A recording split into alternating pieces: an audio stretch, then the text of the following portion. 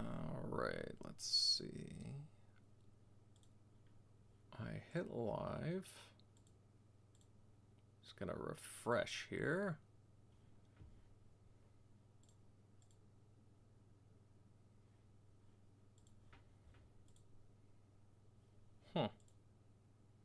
Oh, all right, there we go. I see the ads playing. I guess we are good to go then, guys. Hey, everyone, what's going on? And welcome to yet another edition of the Xbox Roundtable Podcast. This is show number 304. I am Invader, the guiding voice for the show, and naturally, it is pretty cool to have you all here. Welcome, as I see some more people popping in, seeing the people watching, kind of, again, the numbers going up. And yeah, we got some stuff to cover tonight. You know how it goes. Xbox recently had their latest partner showcase, showing us some pretty cool stuff. In my opinion, we will delve into that as well. WB Games has been hinting, maybe a little more than that recently, that they plan to shift their game strategy going forward. We will cover that and a little more. But of course, I just can't burst into all these things all at once without introducing my awesome assembly of internet voices, and I will start off with the Grimes. Grimes, how you been, brother? Yo, what's going on? How's everyone doing? I'm doing well. Still playing Dead Island 2. I'm loving it. It's such a fun game. I highly recommend to everyone. And it seems like it's doing really well on Game Pass as well. I also started Gun, and although I'm enjoying it, I gotta say it's got quite a lot of performance issues on the Series X, with occasionally freezing for a few seconds here and there. Oh, really? Yeah. Oh, so you haven't had that problem? No, actually. Oh, yeah. For me, and I'm playing it on the internal storage, and yeah, How much occasionally, how much space do you have left on your internal storage? maybe 20 gigs.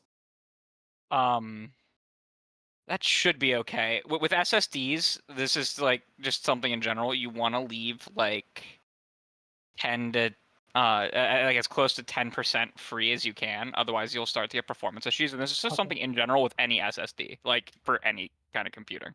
Interesting. Yeah, I mean, yeah, for some reason it will freeze for a second or two occasionally, and it's random. It's not. It's not actually when there's action.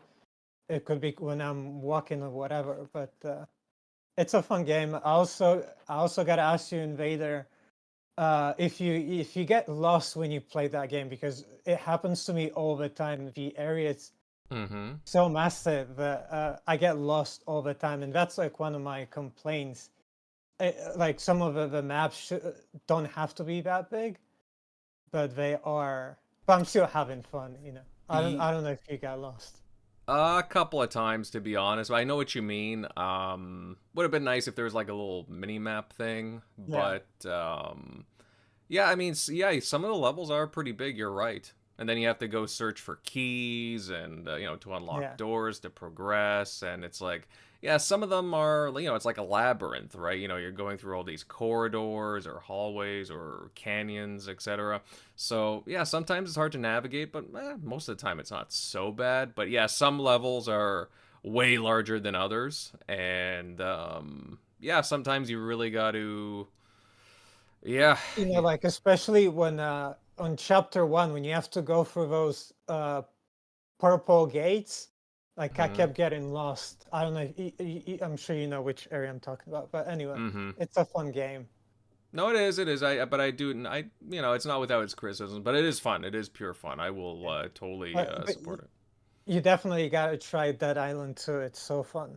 All right. I'll give it a download And sometime. everyone else listening as well, I highly recommend it. All right, take his recommendation, guys. Grimes knows. Grimes knows, as well as Scent. Scent definitely knows. Hey, Scent, how you been? I'm doing pretty good.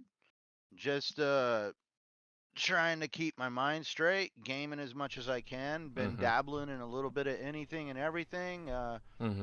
Played a little bit of Final Fantasy VII Remake for the first time. Already made it through the first chapter. That's gonna be definitely. I could see why it's a very good. I could see why a lot of people find it a very good game.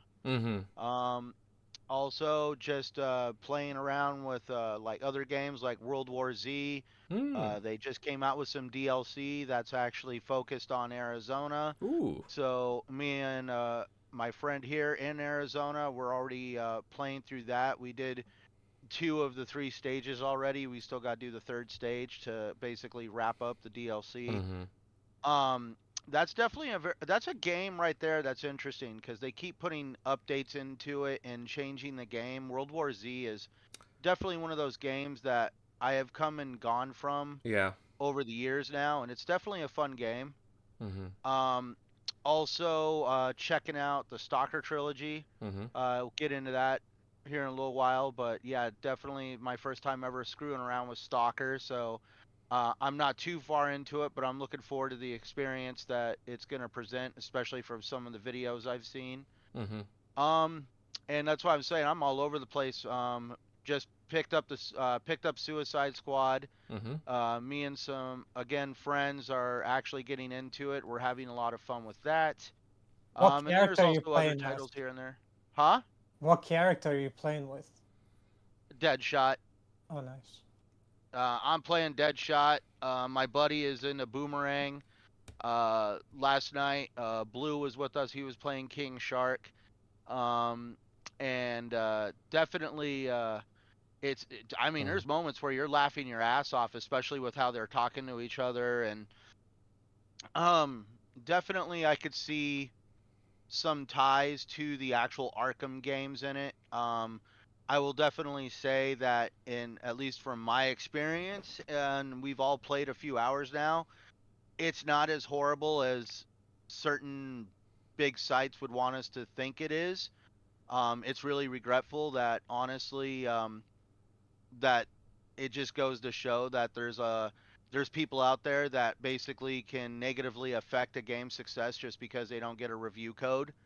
But that's a different subject. But yeah, we're all basically shaking our heads because we're actually having a lot of fun with the game. Mm-hmm. There's actually a lot of substance when it comes to the character acting and the chemistry between the 4 of them, and just how the storyline itself is unfolding. And the gameplay is actually very snappy. I mean, it's not just run around and shoot. It's like there's actual mechanics to it where you actually it's kind of like how Doom. You remember, like, the only way to really sometimes gain health is to be uber aggressive and melee kill, so that way they drop health to recharge your character. Mm-hmm. And it's kind of like that, where you wear the characters down and get them to a state where you're able to perform special moves to be able to get them to drop essentially recharges for your shield. Otherwise, without your shield, you'll be killed pretty quickly.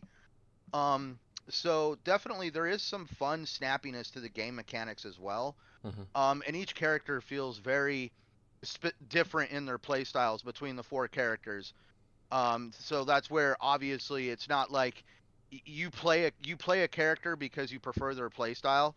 I need to get better acquainted with the other 3, but definitely having a good time with it. And there's one game that I need to try out. Well, other than Final Fantasy 14, I finally downloaded that. And I don't know if you guys have ever heard of a weird little like platformer that actually seems to be getting good reviews. It's called Bang on Balls Chronicles. I know it has an odd I it heard of has that. it has a very odd name, but it's a very interesting platformer. Essentially, you're just a ball, and you're in a movie studio setting, and your ball will become a ninja, a Viking, an astronaut as you play through the different levels. Definitely, I'm always into a good platformer, and I picked that up. I need to get some time into it, but yeah, I've been all over the place this week when it comes to gaming. I'll just say that. I love games, so what the hell? I'm just all over the place.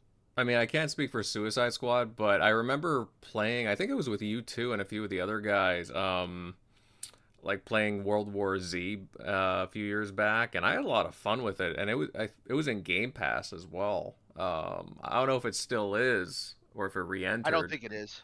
But I don't think it is. But I liked it. I liked it a lot actually. So dude, for being an offshoot of like just a zombie, like you never really think, but it's that whole idea of setting up your defenses, Mm-hmm. and you can toggle the difficulty It still level up is. on I'm different sorry to levels. interrupt you guys. World War Z is still on Game Pass. Yeah, Aftermath. What is it? Aftermath? Is that the? Well, yeah, I think That's that the was an current update. version of it, yeah. Yeah. Yeah. So that version's in. Okay. All right. Okay, well, Hmm. if you haven't played it, I mean, check it out. But I Mhm. wasn't sure because I've owned the game since it came out, and I mean, dude, freaking that game is absolutely awesome, especially if you like horde defense. Yeah. Oh man, I gotta get back into it then. All right, time to download. Moving on down. Let's see here. Okay, well, I see Eric Shockley. Shockley, buddy. Hey, how you been? Oh, pretty good, pretty good. Okay. Oh, can you hear me? Yeah, I can hear you. Okay. No, I've just been trying to get through at least a good first bit of Final Fantasy VII Rebirth. Took down the first boss, who was kind of that point in the game where it's like it's a good test where, especially early on when you're not that high level and really don't have that much like gear or materia or stuff like that. Definitely the first couple times when I was playing him, like there's like no way I'm taking him out at this level. I'm gonna have to like grind more, but then just trying to take a step back, strategize with like, okay, what's his weakness? You know, how can I hit him and try to keep him like you almost, especially in that type of game, you start to kind of like almost like a field general with like your set party. So you're, keeping your, combos, and you have to just kind of keep ahead of like, okay, when are my abilities about to be ready? When is this ability? So it's kind of cool. It's almost like a tactical part with some of the bosses. Like a lot of the times you'll be more like action focused because the combat's great and there's awesome shortcuts. But sometimes these bigger bosses, you kind of have to like, okay, stop just getting in there and doing like physical, combat and trying to parry and doing all that stuff. Take a step back and try to like, how can I like keep the boss on his toes versus me on my toes? So I've been loving that. Got past that first boss, so felt really good about that after a couple like 10-20 minutes struggling with him. But yeah, been loving that, and I think I forgot something else I was playing. I'll probably remember it later, but yeah, I've been having a blast with that. So yeah, looking forward to your what you think about the remake when you finish it since. So, but yeah, that's what I've been trying to get through. That and the original Final Fantasy VII, because I've never actually finished it, but I'm like near the part where the biggest spoiler that everybody Game's knows history. happens. I think, yeah. But man, that you need nostalgia to really love that game, because once I get done with it, I don't know if I'm going to go back and play it. I have been playing the mobile version, but they've been really slow about rolling that out. So I think they only got like half or maybe like a third of the game done, remade in kind of a chibi. It's kind of cool because when you do the combat there, it's like, it looks like Final Fantasy VII Remake, but when you're doing the story bits, it's like the chibi. You kind of remade what probably people really actually wanted, but they have it on the mobile. But just trying to get through that original one so I can kind of understand more of the Back to the Futurist, kind of, that's kind of what they're doing with the trilogy here, kind of that, hey, what if we kind of mess with some stuff? but yeah, been enjoying that. So yeah, ready to get into these topics. All right, good stuff there, Eric. Good stuff. Next up, the Crusader. Hey, Crusader, how's your week or weekend been? It's been a while. I wasn't on last week's show. I have been on a JRPG binge. I played Tales of Arise. I enjoyed it so much that I bought the expansion for Tales of Arise. Have no one to talk to about that expansion because I am the only one in my friend group who has played the expansion thus far. And then I decided to play Final Fantasy 15, which I had not played. And it is a travesty that instead of getting the final 3 DLCs they had planned, that we got Forspoken from Luminous instead. Actual travesty that the true ending of the game is in a book. Because man, I enjoyed that game thoroughly, and I really enjoyed episode Ignis and episode Arden. They were excellent. The two of the DLC storylines, and I started the Mafia series today. Oh, the remake first? Yes, I'm playing the Mafia Definitive Edition. Nice. And it's fairly good. It's not spectacular, but it's fairly good. It's basic. The gunplay I would say. doesn't feel great. Yeah. But the story is good. Mm-hmm. Right. All right. That's good to hear. Yeah. No, I mean, I played Mafia 1 and 2, including the remake, and yeah, I understand what you're saying about the remake. I would say Mafia 2 is where a lot of interesting things happen, but okay. I digress. And being unhinged about backwards compatibility and relisting of games worked for once, and we got 11 EA games relisted on Steam. Yeah. Let's go! The Saboteur, baby. Saboteur. Yeah, now I'm being unhinged about getting that on Xbox. Getting the 360 version up back on Xbox, but because it's not. Oh yeah. And it's evidently not a licensing issue now. So like I'm going to be unhinged about it for weeks. All right. Fair enough on that account. Moving on Crusader, down. can I just? Oh, go ahead. Sorry, can I just add one thing to Crusader? I did see one indie dev complain about those EA. Yeah. Yeah, and it's more of a Steam problem than it is EA, in that how they handle their like new releases. It kind of blew the indie dev out of the new releases section because they listed 11 games in at once. And like I feel bad for her, but at the same time, like, listen, you're making me choose between like two, shit not getting relisted, or like an indie dev getting screwed. It just kind of sucks. But like, yeah. I mean, like EA doesn't really need that money compared to the indie. No, you're right. The EA doesn't need the money compared to her, but at the same time, culturally, I think it's important to have the games listed, regardless of their stuff. That's why I say it comes down to a Steam problem with Steam like discoverability, where like perhaps they should have a separate section for new indies, like specifically. Where like AAA publishers are kind of kept out of the list. And again, I think it's more of a problem on Steam side than it really is a problem on like EA's side for relisting shit. Sure. Perhaps doing it as a stealth drop suddenly, not a the greatest idea. Developers could work around it that way more, but like still.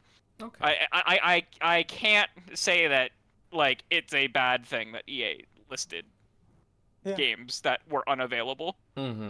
Right. No, that's a nice little win there for sure. Hopefully, we see that a little more on the Xbox side. I hope that'd be great seeing again like the Saboteur and stuff like that. So, but time will tell. Hopefully. Moving on down. Dots, I saw you pop in there. What's new and exciting? Yeah, no, happy to be here. Not too much new and exciting. I'm still playing the crap out of Helldivers. New content coming out on the 14th, so I was getting ready for that. Really not much different video game wise. And out of video game wise though, I have been getting a lot more of my painting done for my Warhammer minis. So hopefully my Space Marines will be done soon. I only got 15 models left of them to do. Ooh. And then go back to Necrons after that. I have many more than 15 of those left to do. But what's up? Oh no, I was gonna say, funny enough, MLD and I were playing some 40K last night. Oh, nice. Just a little stuff, combat patrol, but it was pretty fun. Yeah.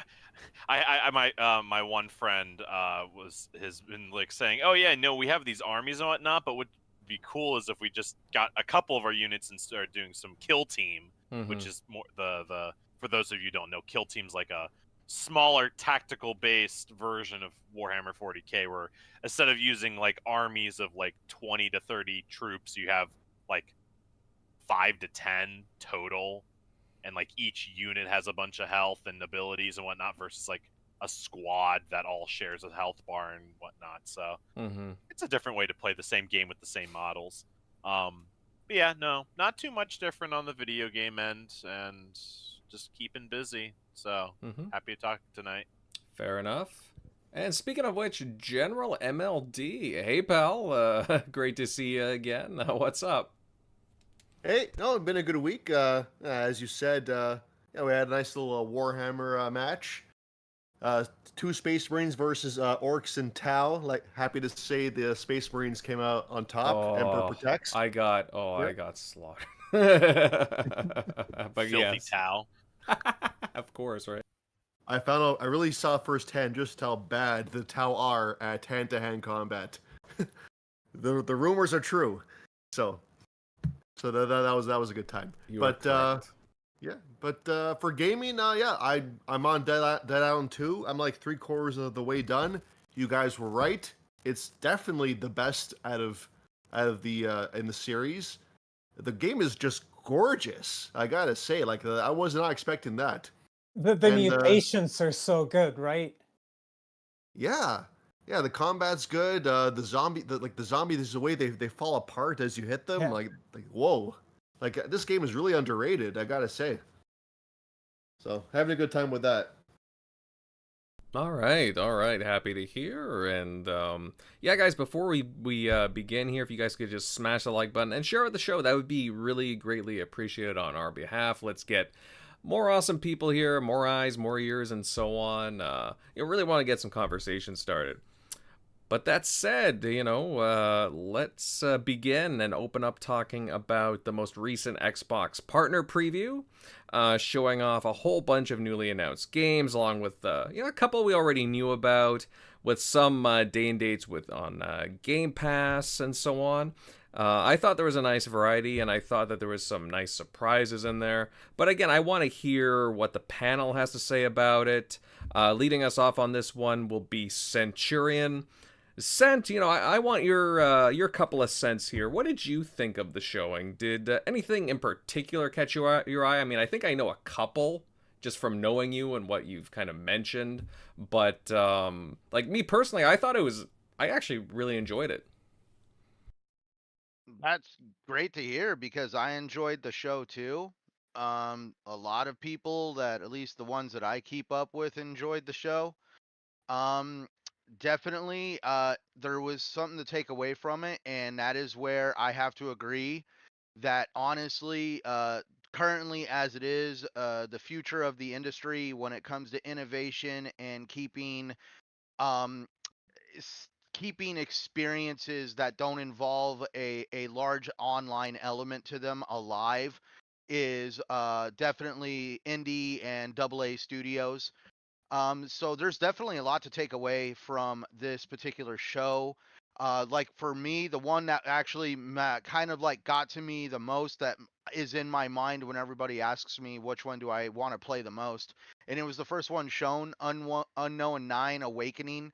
The play style looks very interesting. The ability to almost like take over an enemy, and like I like in the trailer, it showed her taking over an enemy and causing that enemy to shoot an explosive barrel, which obviously wiped out that enemy and anybody around him, and then she went back into her own mind.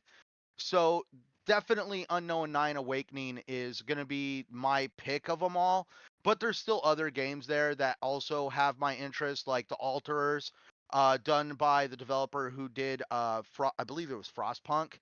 And that's where it definitely, first when you saw the trailer, you're like, oh my God, another sci-fi survival game. And then you see it goes into base management, and then you start going into the concept of you're essentially, I don't want to say cloning yourself, but you're somehow making different versions of yourself that make different lifestyle choices. Like it's kind of like one of those things of like, what would I have been if I've went to college or got into science and technology instead of being a construction worker, and you get to see that version of yourself. And so that's where in the Alterers it appears that there's so many different versions of himself that you're not going to appease everybody. It's more like it feels like there's no perfect way to play the game. It's just the way you want to play it. And then the Sinking City 2, I got to still play the first Yes. game, but I mean, going down like the concept of games, like a lot of people call them the Cthulhu style of games, but for me, I've played all of the Sherlock Holmes games that are available.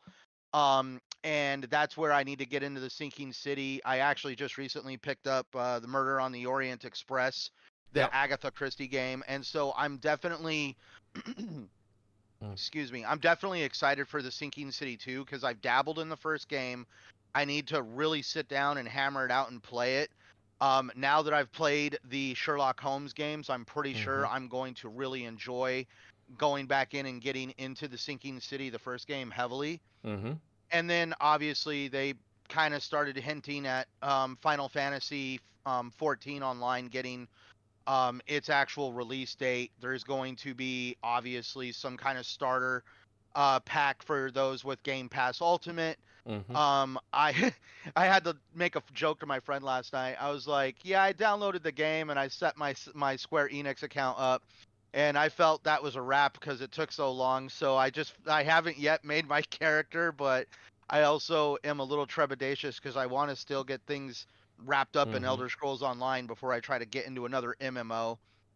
And then that's where we get to the Stalker original trilogy. Right. I have heard a lot of people talk about Stalker.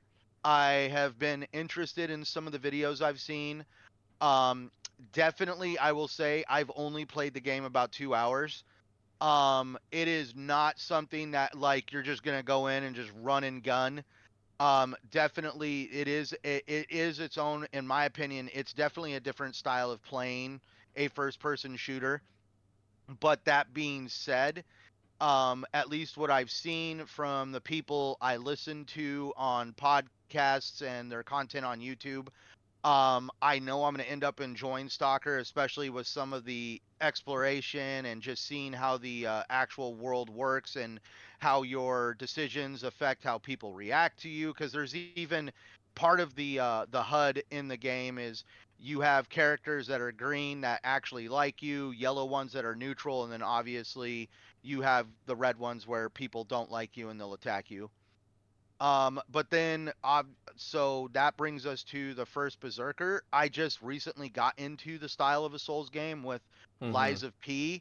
The first Berserker looks like a very interesting game. I'm very intrigued. There's no release date for that one, but that's definitely going to be one that I'm going to keep my eye on, and hopefully it does come to Game Pass. If not, I'll just have to bite the bullet and maybe buy it, just because I mean, when you see somebody fighting a giant freaking lizard with a sword, I mean, you got to know what's going on. Yeah, I thought there was some nice detail in that, to be honest with you. I thought it looked pretty nice, like art style wise, so it really caught my eye. Oh yeah, that's what I loved about it. I was very intrigued by its art style.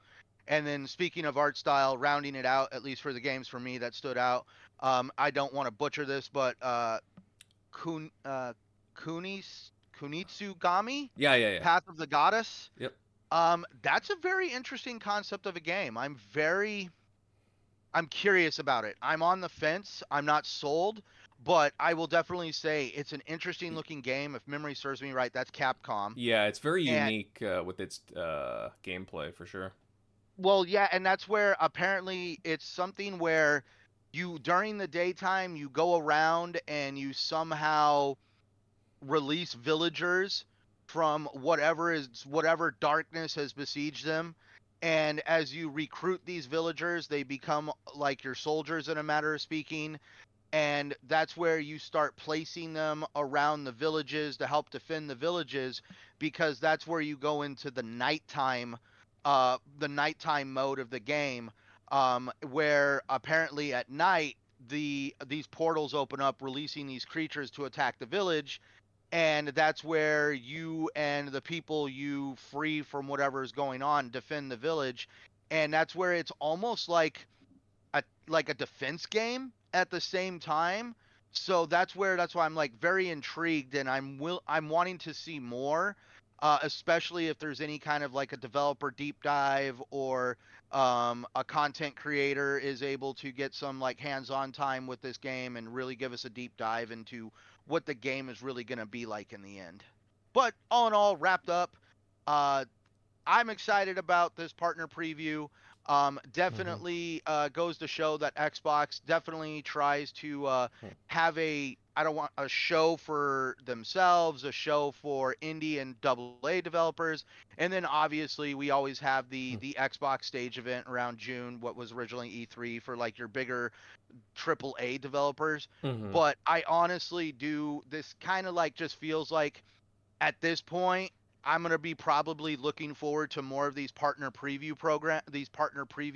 showcases, purely because I mean the industry is speaking very loud and clear on exactly what's going to be happening with AAA game development, especially when it comes to like single player titles becoming more and few and far between. And that's where I'm just going to have my eye on more events like this, because this is really what's going to be keeping gaming relevant for me, just because I mean this is like there's a lot of stuff to be taken away from this show, and there's actually a lot to be excited about for somebody who just doesn't care what's going on. They just want to play some damn games. No, great take there, Sent. And honestly, just I'm happy you mentioned the Sinking City too, because I was really surprised to see it pop up. It was a game that I played the original, played it, beat it. Even have a few guides out for it, a review out, and I liked it. It was a very likable, imperfect game. It definitely had a lot of bugs. I don't know if it still does, but I just remember there being a lot of bugs and so on, and just a few different things. That being said, like, I don't know. I tend to like the Lovecraftian stuff for whatever reason, Cthulhu and all that. So I mean, it sounds weird, but there is nothing more relaxing than just like this is what I do. There is nothing more relaxing than cracking open a beer and just sitting on the couch and just going through one of these games at your own pace. And definitely there's always a story and something going on to make you want to keep playing the game. And definitely with the Sinking City, the first one, yeah, right, there was some strangeness to it that I was not ready for, but now that I've played the Sherlock Holmes games like back to back to back, like you beat one and you're like, dude, that was really fun, I'm gonna get another. And I really do feel that now I'm ready to really tackle the Sinking City. And that's where I did buy like I actually upgraded to the Necronomicon edition, or however they pronounce it. Yeah. And so I'm ready to even like kind of like tackle some of the DLC, because it's definitely a very interesting game, especially from the concept of like you're trapped on this island with all these weird people and just like the weirdness in general. Was that the game that had all of the legal hubbub behind it a while back? It was, okay. I thought it was with their publisher, and like it got like delisted from Steam twice. Yeah. Yeah. Oh yeah, there's like but that it wasn't just Sinking City. That was on Frogware in general. On there being a lot of like confusion on who really owns their IP. Well, it was about money. The studio was being owed money from the publisher. Yeah.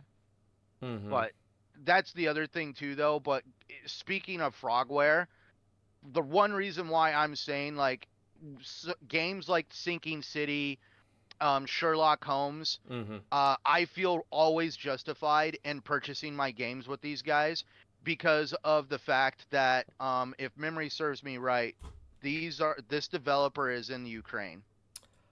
I believe so. Yes. Yeah. Because I remember I've seen photos of these guys where it was like side by side, where they showed one photo of them, you know, everybody's happy, hunky-dory out in front of the development studio in their normal, everyday, this is what I wear to work clothing.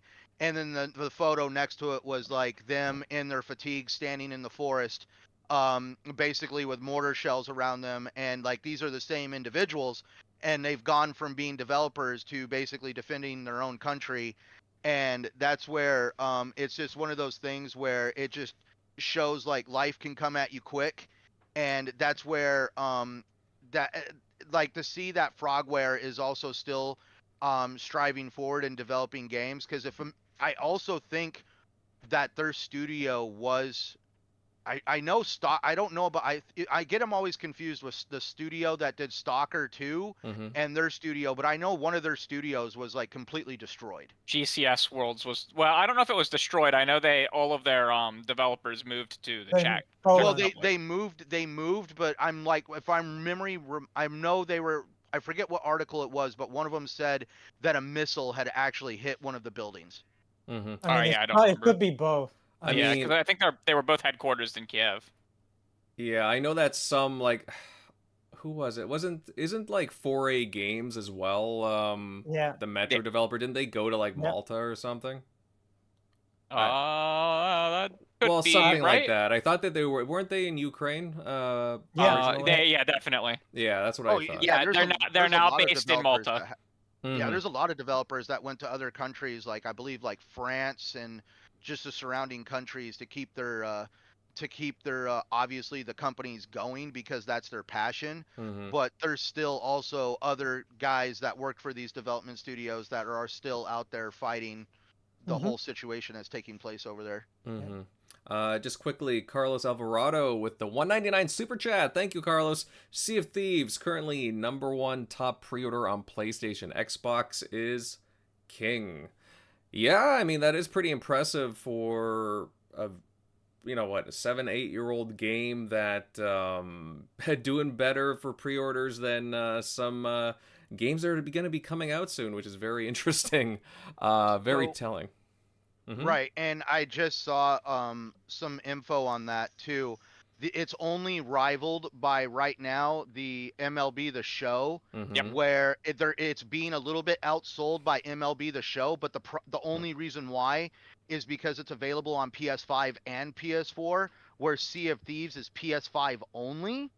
Weird. And that's where even they're trying to be like, the fact that Sea of Thieves is definitely rivaling a game that's being sold on 2 generations of consoles, is considering the install base is so much smaller than the PS4 install base, like really just goes to show that, Xbox has games that people want to play, and the whole charade that Xbox has no games has been an absolute fallacy since the day it basically like got regurgitated out of someone's mouth.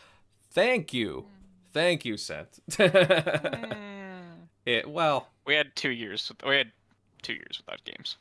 Yeah, but my identity isn't about what Xbox puts out. Like for me, during those 2 years, I played other stuff. So yeah, same here. But I understand. Like I get what Sent's saying. I hear you guys. Next up, let's get thank you very much, Sent. Some really well thought out thoughts there. Next up, going over to Shockley. Shockley, I mean, I'd love to hear what you thought of the Xbox preview event here, the showcase. Anything catch your eye in particular?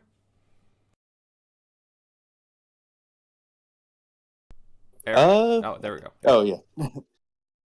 I would say it wasn't too much. It was like too overly hyped about. I would say what was it? The first something Berserker.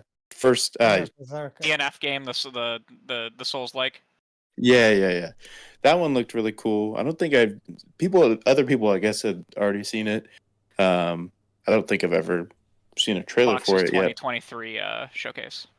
Oh, okay. The summer showcase. Gotcha.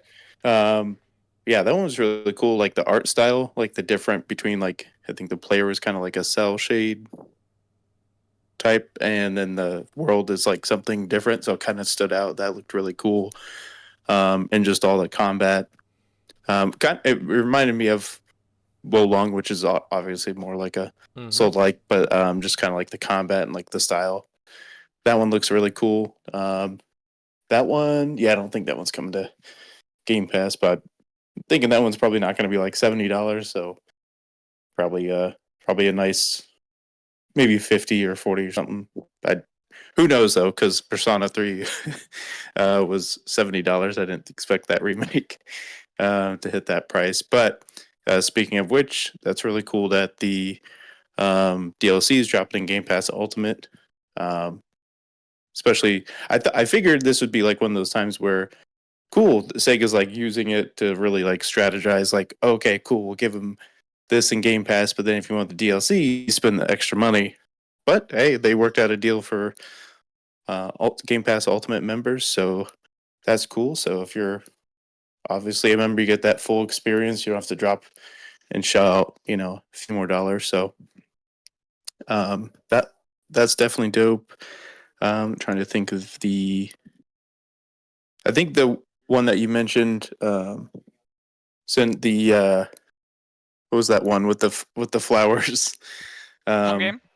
Yeah. That one looked. Kintsu-Gami, Path of the Goddess. Yeah, some of these names, but Say it 10 times fast. yeah, no, that one looked pretty cool. Just with all the different things in either the combat with like what you were using, and just looked visually colorful and just like a really cool cool experience to play. So I think that one's coming to Game Pass. So I'll definitely give that a try. That one looks pretty interesting. Trying to think of anything else that kind of struck my interest. Thinking maybe that's a simulator one with the where you're talking to yourself. Oh, the altars? Outers, yeah. Yeah, okay, that's what that one was. So that one seems pretty interesting. I still don't know if I'm getting so much the understanding the concept or whatever, but I think that one's coming to Game Pass. So, but it's really cool that Xbox is like gave a quick, and hopefully they continue and like they have been doing things like this. So, but hopefully that just continues. It's really cool to highlight some of these that I wouldn't even have known of, like with the Berserker and some of the what was the I totally forgot that I don't know if that's the right name for that game. The long what'd you call it, Princess? The one I was just There's the one you were just Berserker, saying, the colorful one. Okay, so there's First Berserker Kazan, and that's the Souls-like. And then the really colorful one that's based on like Japanese mythologies, Kintsu-Gami. Yeah, that's what they should have just stopped at, Kintsu-Gami.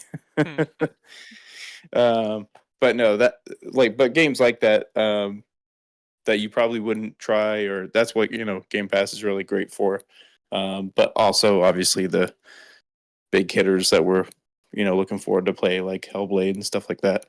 But yeah, it was really cool to see all the different ones that are coming up into Game Pass, or just ones that are coming to the platform. That'll be new, interesting titles, and but yeah, that's with Xbox. There's still a ton of stuff to play, especially with the stuff that's not coming to Game Pass.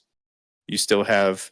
I know the platform gets skipped with some of the niche Japanese titles, but it's good to see that they've been getting like the Personas, like at least the big heavy hitters that used to just completely be exclusive to either Nintendo or PlayStation just by default with no real deal, just like, hey, they're just not coming. So it's good that we're getting more of those. And then obviously Sega's really taken a liking with Game Pass, and they keep putting new projects, new IP. So hopefully that continues. So whenever Sega's like wanting to try out something new, that's not like obviously if they did bringing back a Dino Crisis remake or whatever, they probably could do a AAA version of that and sell, just fine, just like they've been doing with like Resident Evil remakes or stuff like that. But for any of their actual like new IP, new designs, or something completely different they want to try out, hopefully they keep using Game Pass as a tool for that. So, and that just kind of feeds in more content. So we always have a ton of shit to play with all the other stuff they're adding in. That's usually pretty fresh or first party, or so hopefully that continues. So it looks like Microsoft's doing the right thing, keeping this going, and hopefully we get some announcements or some showcases here soon for like either Hellblade or one of these games is supposed to be coming in the first before the first half. So, but yeah, it was a pretty decent show. It was pretty quick and pretty much got the point across, and wasn't doing really for these. You don't really need any extra like talking or devs really having to come out and explain. Just get out the quick sizzle reel or quick show off of kind of what's going on, and then and not waste everybody's time like they've kind of done in the past and had people talk about it in between. So, but yeah, it was a pretty decent show. So hopefully we get more of them and more often. Yeah, no, definitely there, Eric, definitely. Let's see, moving on. I'll hit up Dots and then Grimes. Dots, what did you think of it? Anything interest you from the partner preview? So I actually didn't watch the partner preview. I was doing something else that day, and I didn't really get a time to watch the whole thing start to finish. But I did look at what was coming out. Obviously for me, the big thing was that Final Fantasy 14 announcement. Getting closer to that date, March 21st, where we'll get the full release. The beta is still going on right now. I haven't kept up with the beta itself to see like how it's been going or whatnot, but obviously one of the top played games on Xbox. That's good. I think it was number 1 in free to play. Because they do list the trial version as free, makes it a free to play game by definition on the console. I will check to see if it is still there. Right. And it says the starter edition will be available through Game Pass Ultimate for a limited time from the 21st to April 19th. So giving people a lot of good.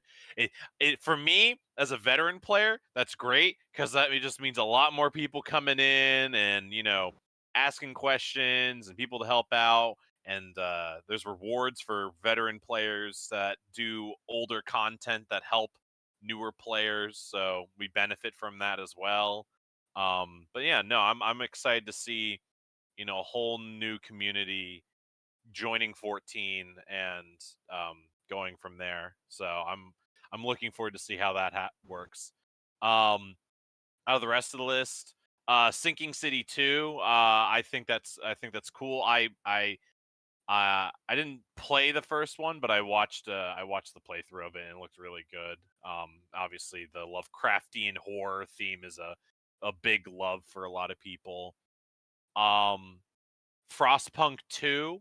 Once again, I haven't played Frostpunk 1, but like it's definitely been on my radar as an interesting strategy game, single player strategy game to play. I guess that one's gonna be PC Game Pass. I think both. Or it's gonna be both, but it's coming out on PC first. Okay, because at least from what I've heard, it was mostly geared towards PC. I figured eventually it'd come to console like the original game, but yeah, I know like at least what they said, it keeps saying PC Game Pass. Yep, they confirmed that a console version is coming, and that will also hit Game Pass later. Also, Dots, the first one is still on Game Pass if you wanna try it. Yeah, no, definitely a good idea. I just need to get my butt off of Helltime first. No, I definitely want to hit that. And then I know a lot of other guys here said it, but the first Berserker, I remember watching that first trailer when that was first announced. It's definitely one of those raising eyebrow type games where it's like, all right, you got my attention. What else do you got, kind of thing. So I'll be curious when that gets its next trailer, hopefully release date when that happens. But yeah, no, I just just a nice short and sweet, of a wide variety of games that hopefully at least hits someone's niche. Because I'm seeing JRPG, slasher, the Stalker original trilogy is great, MMO, mystery horror with Sinking City.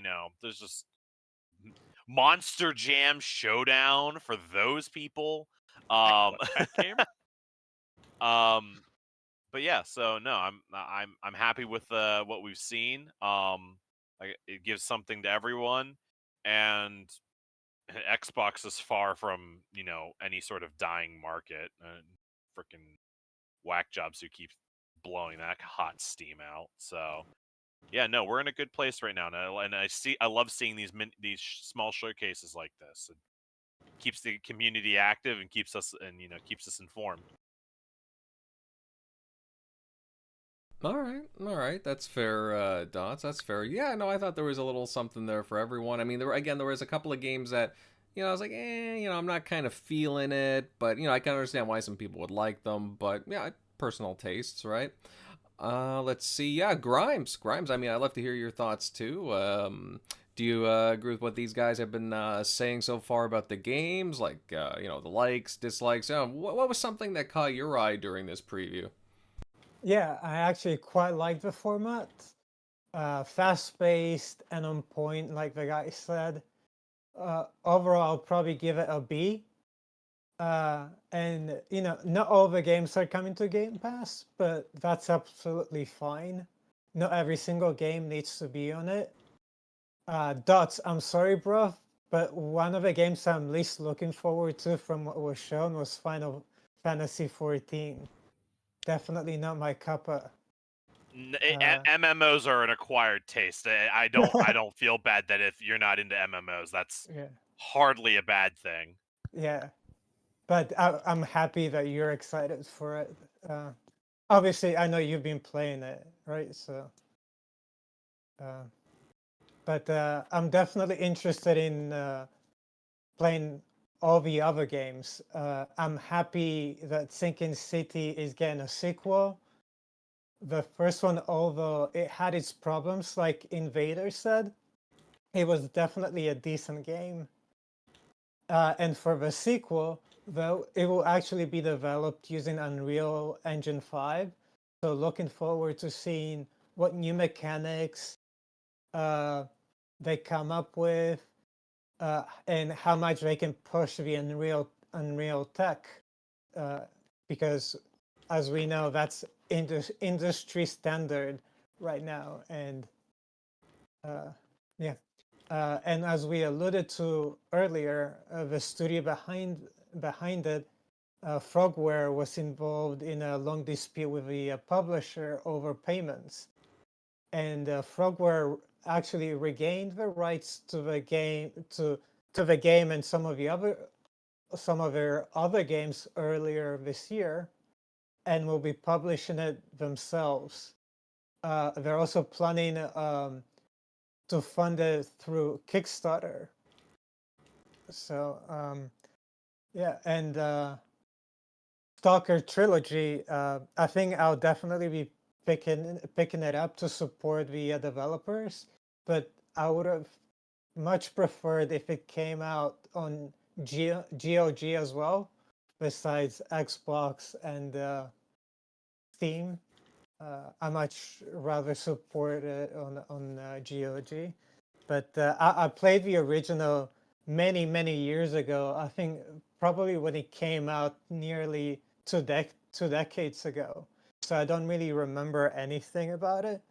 But yeah, I'm looking forward to playing Stalker 2 as well. It's also Stalker, unlike Metro, it's a bit more the gunplay, it's a bit more realistic mechanics, so that's why the two games are similar in a way, but also different in how the action is played. So but anyway, moving on to Unknown 9. Centurion touched on it, but it also reminds me a bit of Assassin's Creed. It's definitely inspired by that franchise. I love the so I'll definitely be playing that. I love the art style of Tales of Kenzura. I think we saw that game sometimes last year. that's the game in which the Raised by Wolves actor Abubakar Salim is involved in. Mm-hmm.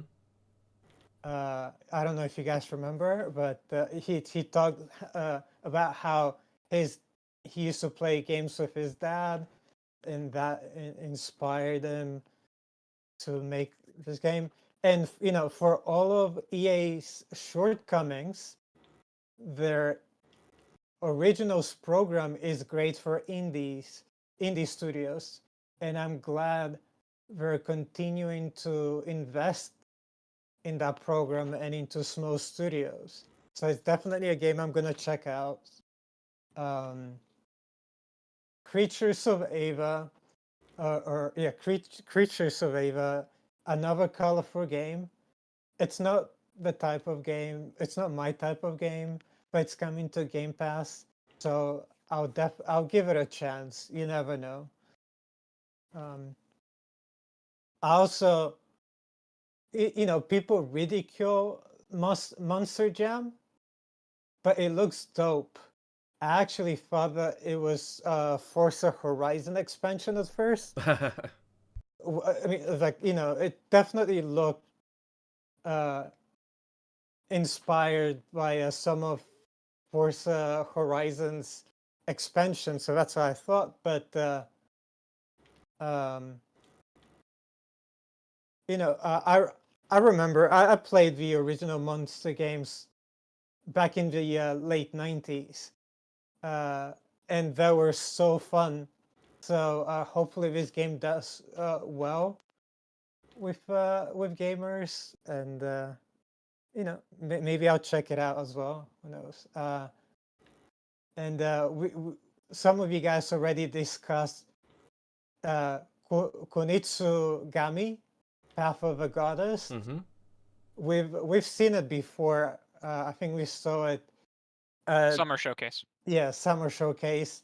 It's a weird looking game, but I have high hopes for it. It's definitely interesting, and it's also great to see Capcom experimenting with new games. I'm definitely gonna check that game out. I love the art style as well. The thing, like when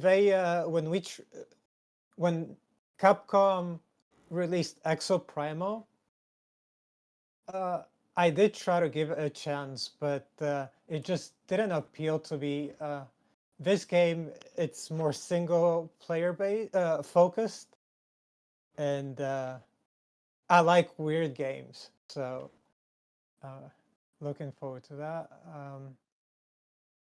And it's day one on Game Pass, so another win for Game Pass. Now it's time to talk about the games that got me the most hyped from the show.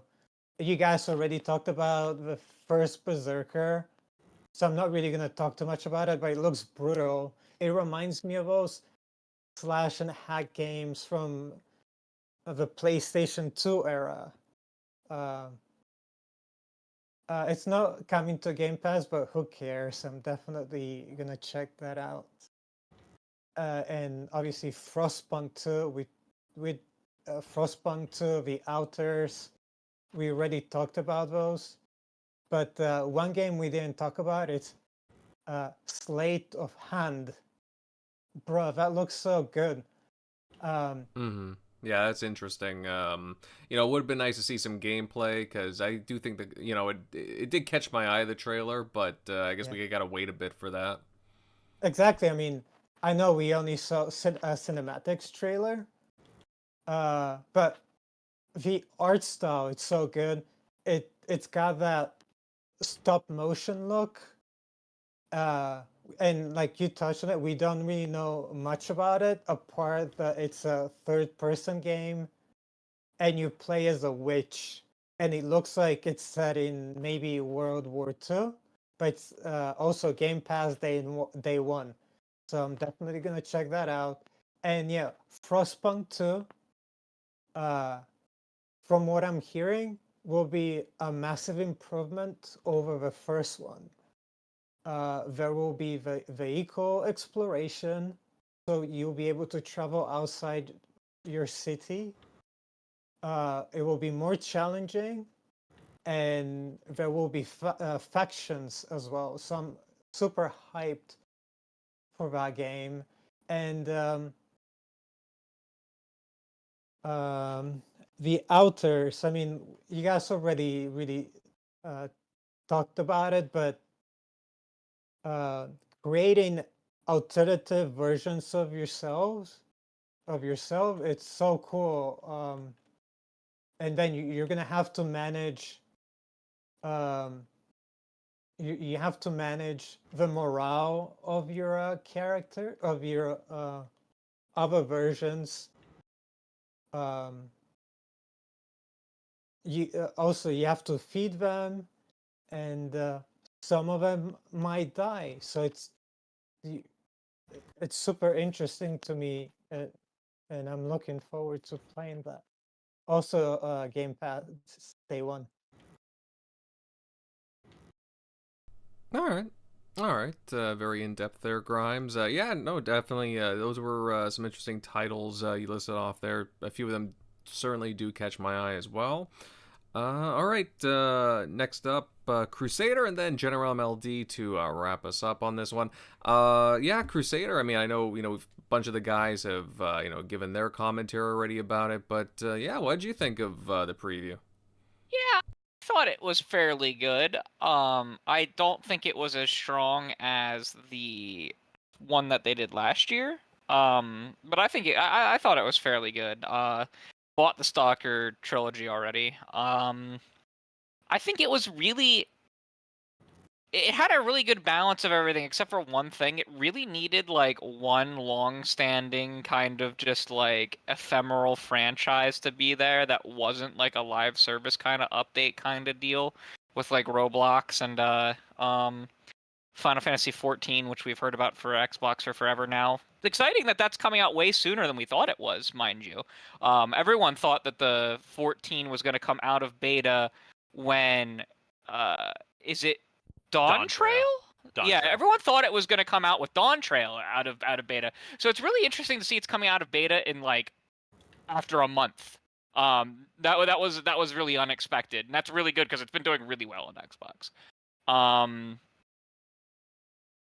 Tales of Kenzera. I love me some Metroidvanias, and it looks really good. I think the standout thing for the show for me was the Persona 3 Reloaded expansion pass coming to Game Pass, not because of what it was, but what it represents, and that's leveraging Game Pass Ultimate in a way that really hasn't been done before. They've done some stuff very close to this where they've put like some DLCs into Game Pass proper with Hivebusters and ODST and Reach. ODST and Reach are DLCs for MCC, of course. But they've never put an entire season pass as a perk in Game Pass, let alone an entire season pass for a third-party game. Now, they've put like the ultimate editions of games in before, but they've never like... This is going to be a Game Pass Ultimate perk, so it's not like a listing in Game Pass. It's something you get to redeem and you get a code for and you keep forever even if you don't have Game Pass. So, like, that's really cool. They've only really done it with definitive editions before, where you get that, like, $10 definitive edition upgrade. So, like, the fact that you're getting, like, an entire set of DLCs with this is really cool.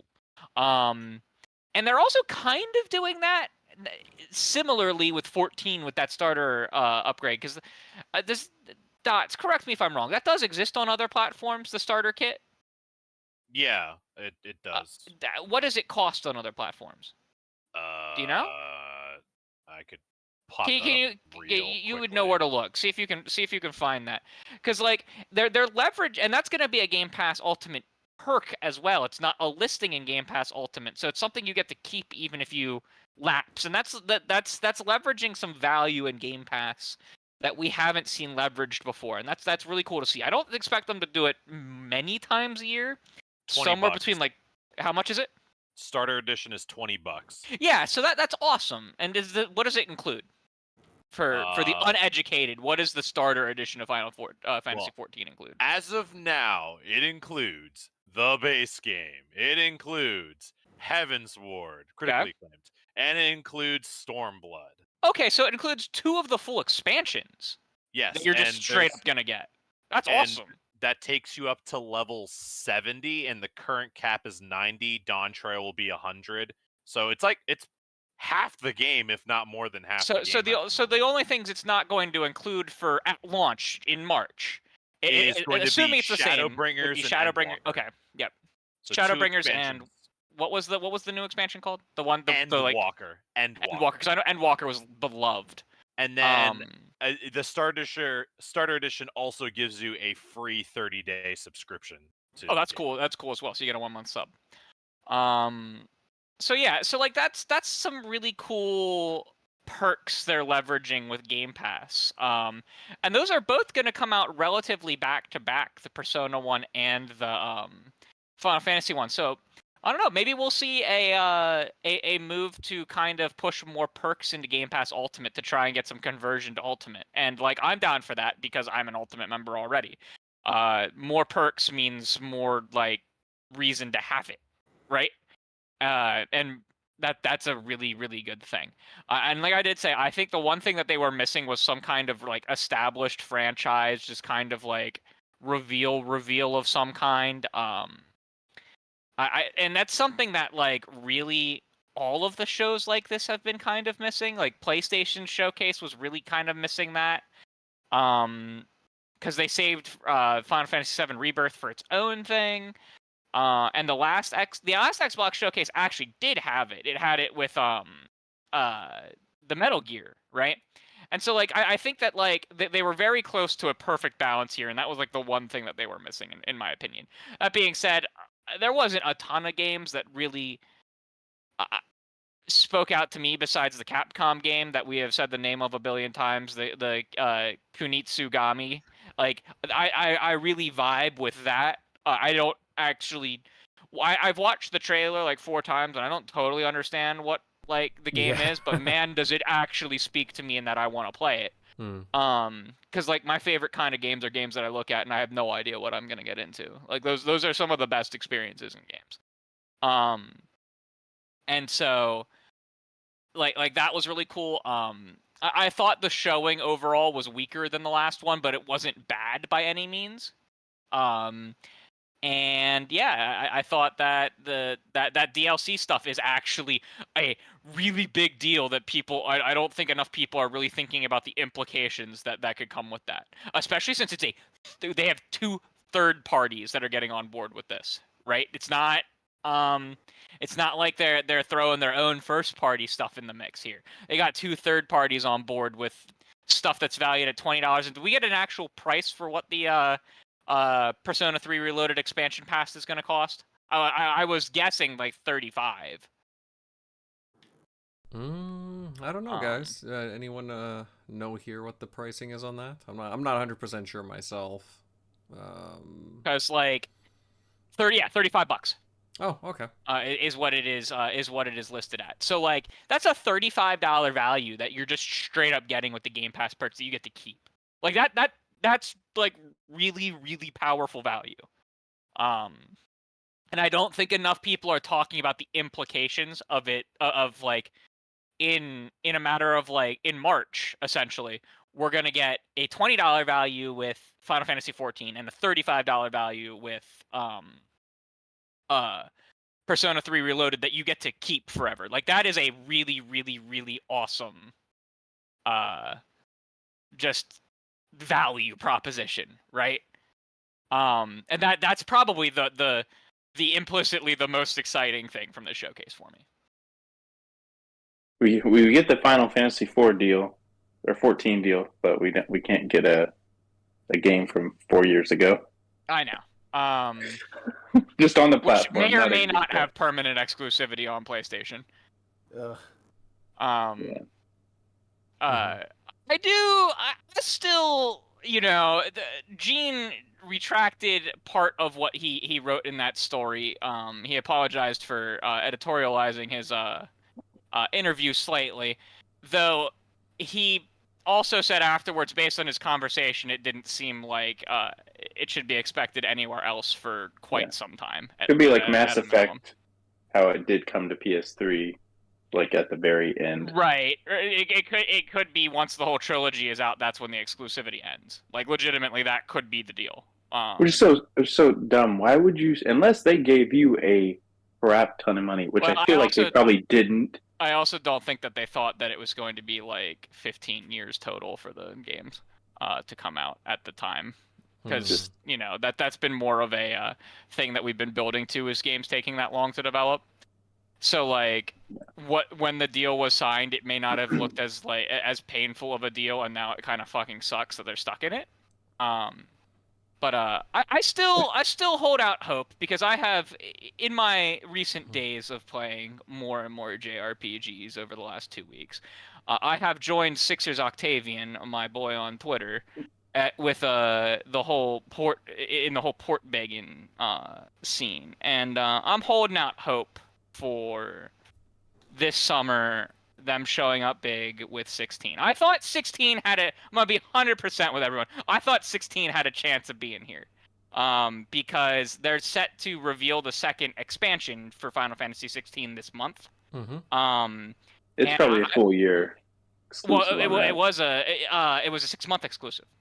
Oh, okay. The term said 6 months, but they weren't ready with a PC version after the 6 months was over. They have confirmed a PC version is coming, and then they were going to talk about it around the time of the expansion. That being said, I thought that there was a chance because of how all the stars were aligning, that it could have been here. I'm sad that it wasn't. Mind, that's going to be a game that I'm going to get day one on Xbox when it drops. If it doesn't drop within the next 8 months, I'm just going to buy it on PlayStation. Yeah, it's funny that so many people are like, well, Final Fantasy VII wouldn't sell. And I'm like, okay, 15 sold well over 1 million on Xbox, and that's just the VG chart numbers. So who knows what it ended up being? Yeah.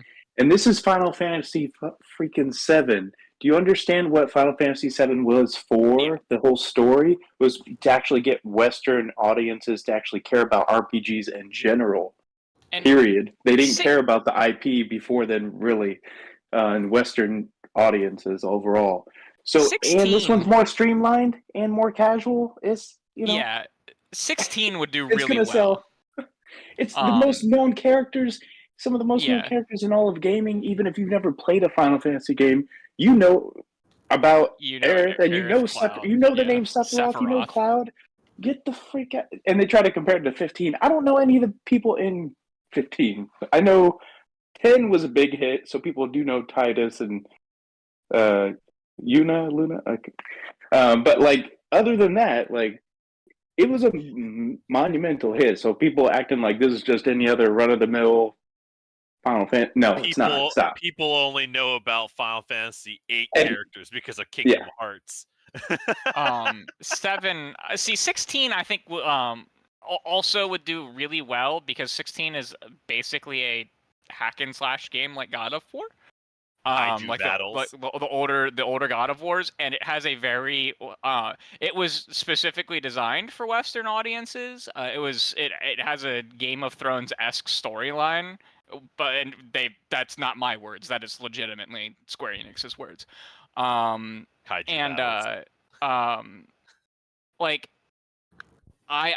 I watched my one friend play the whole thing, and I'm very excited to eventually play that. I still hold out hope that that could be a big reveal at the summer showcase, would be 16 and perhaps the Pixels at a minimum. I still hold out hope for 7 remake, and Rebirth has a weird 3-month exclusivity window. I don't know what's up with that. Don't know, we don't know what that means for consoles, but it has a 3-month to PC exclusivity window. That being said, we don't know if it'll actually come to PC after 3 months. But I was a little sad that 16 wasn't here. When when 14 was. But yeah, no, and I think 16 actually would have fit that kind of hole that I was talking about. With there not being like a major established franchise at this. Things like Star Wars Outlaws, or even if Dreadwolf is coming this year, Dreadwolf would have. And I think that's just some generic feedback for future iterations of this, is to just your balance was very good. There was a very good mix of indie, AA.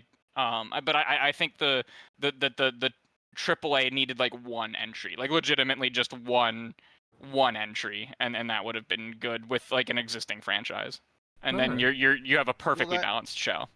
But that goes into your early discussion about what Grimes brought up about an indie dev getting kind of like plowed over by a AAA. Well, yeah, they got knocked out of the only way you can see it. Maybe the show is specifically for indie and AA studios. It wasn't meant for AAA presence. They headlined it with EA as being there, so I disagree with that. We didn't know it was going to be. EA has its own independent studios. You're right, but we didn't know that that's what it was going to be. They headlined it with EA, Nacon, and I forget who I think they list Square Enix. I mean, forget who they headlined it with Capcom, and Capcom did have a large AAA game there. It's just that it's not an established franchise. Yeah, I was about to say they did like have like I guess they did have a couple of the big publishers. They were just like you said, and they had big publishers at the last one too.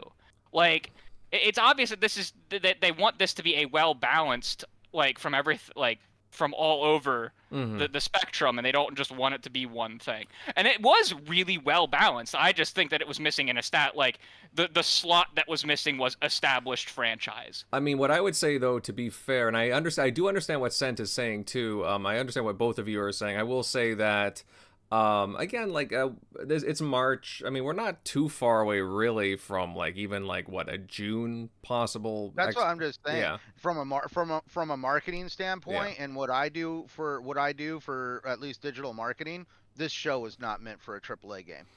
Because I mean, again, last one did, right? Same branding. Last one did, had Metal Gear Solid. Well, I mean, fair enough.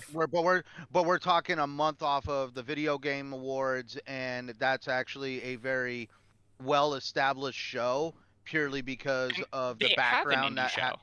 Xbox has an indie show. The ID at Xbox showcases that they do every like March. Well, even so, yeah, like they do. Show. They do. It's just a balanced show for their third-party partners and not their own stuff.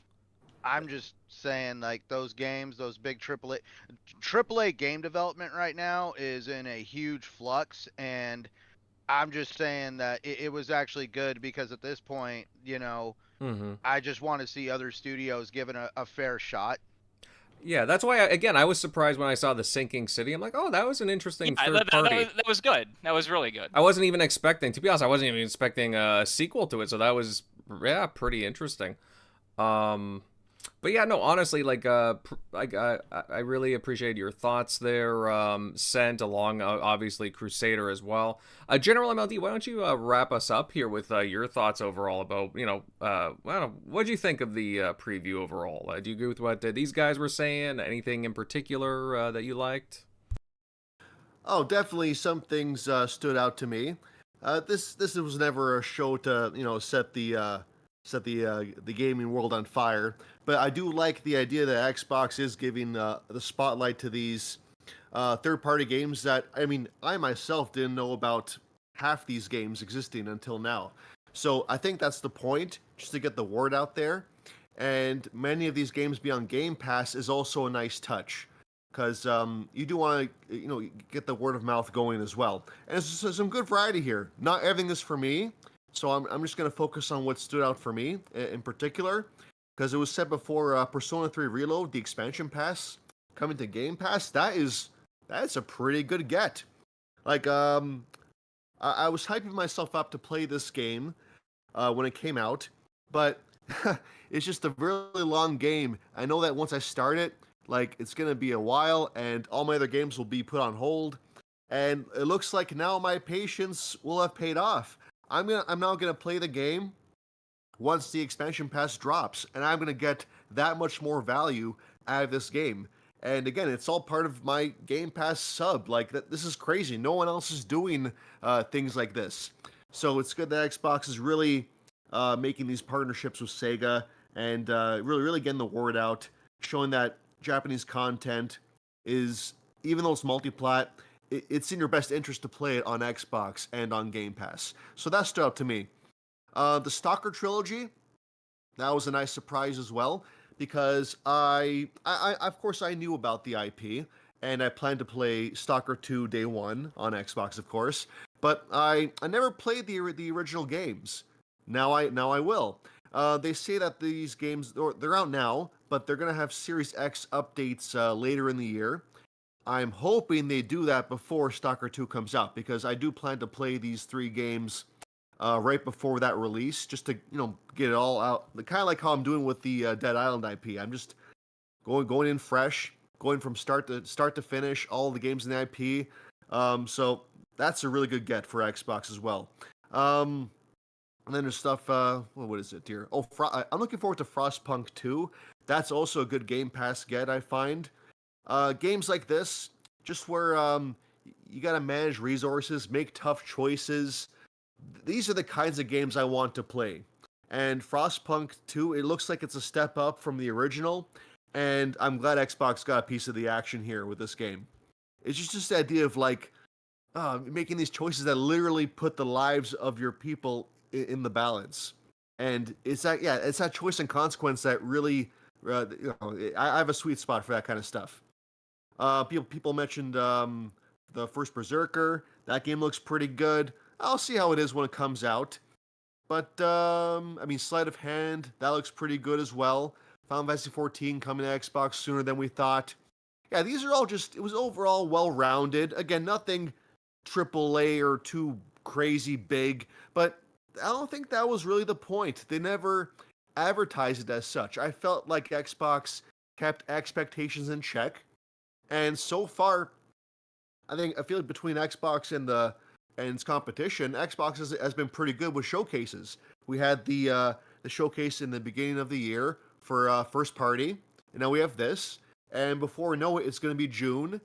We're going to have the other shows, BlizzCon, QuakeCon. Xbox has showcases lined up throughout the entire year, and a lot of people seem to be forgetting that. So I'm looking forward to what the year brings, and I'm looking forward to some of these games. So I'm glad Xbox is doing this, and they should do more of it to highlight the third-party gems that are coming. Mm-hmm. I mean, I do like how, again, their schedules are spread out the way that they are, and I do feel like, again, it's getting better as each year goes on with their timing of things, and even like as Crusader was saying too, they do have like an indie event. I think it's coming up too, if I'm not mistaken. I don't know if they've officially announced one for this year, but it's usually at the end of March. Yeah, no, and you're absolutely right. It's usually somewhere. Twitch co-hosts it. Mm-hmm. Yeah, you're absolutely right. I think it's usually at like the end of the month. Yeah. So. And they've been pretty good with those. The first one was way too bloated, but the second one was more condensed. And I feel like they're learning the format as they go. But you guys are right. That's also a really good showcase for Xbox. Like, I've been playing more indie games this generation than any other generation of gaming for me.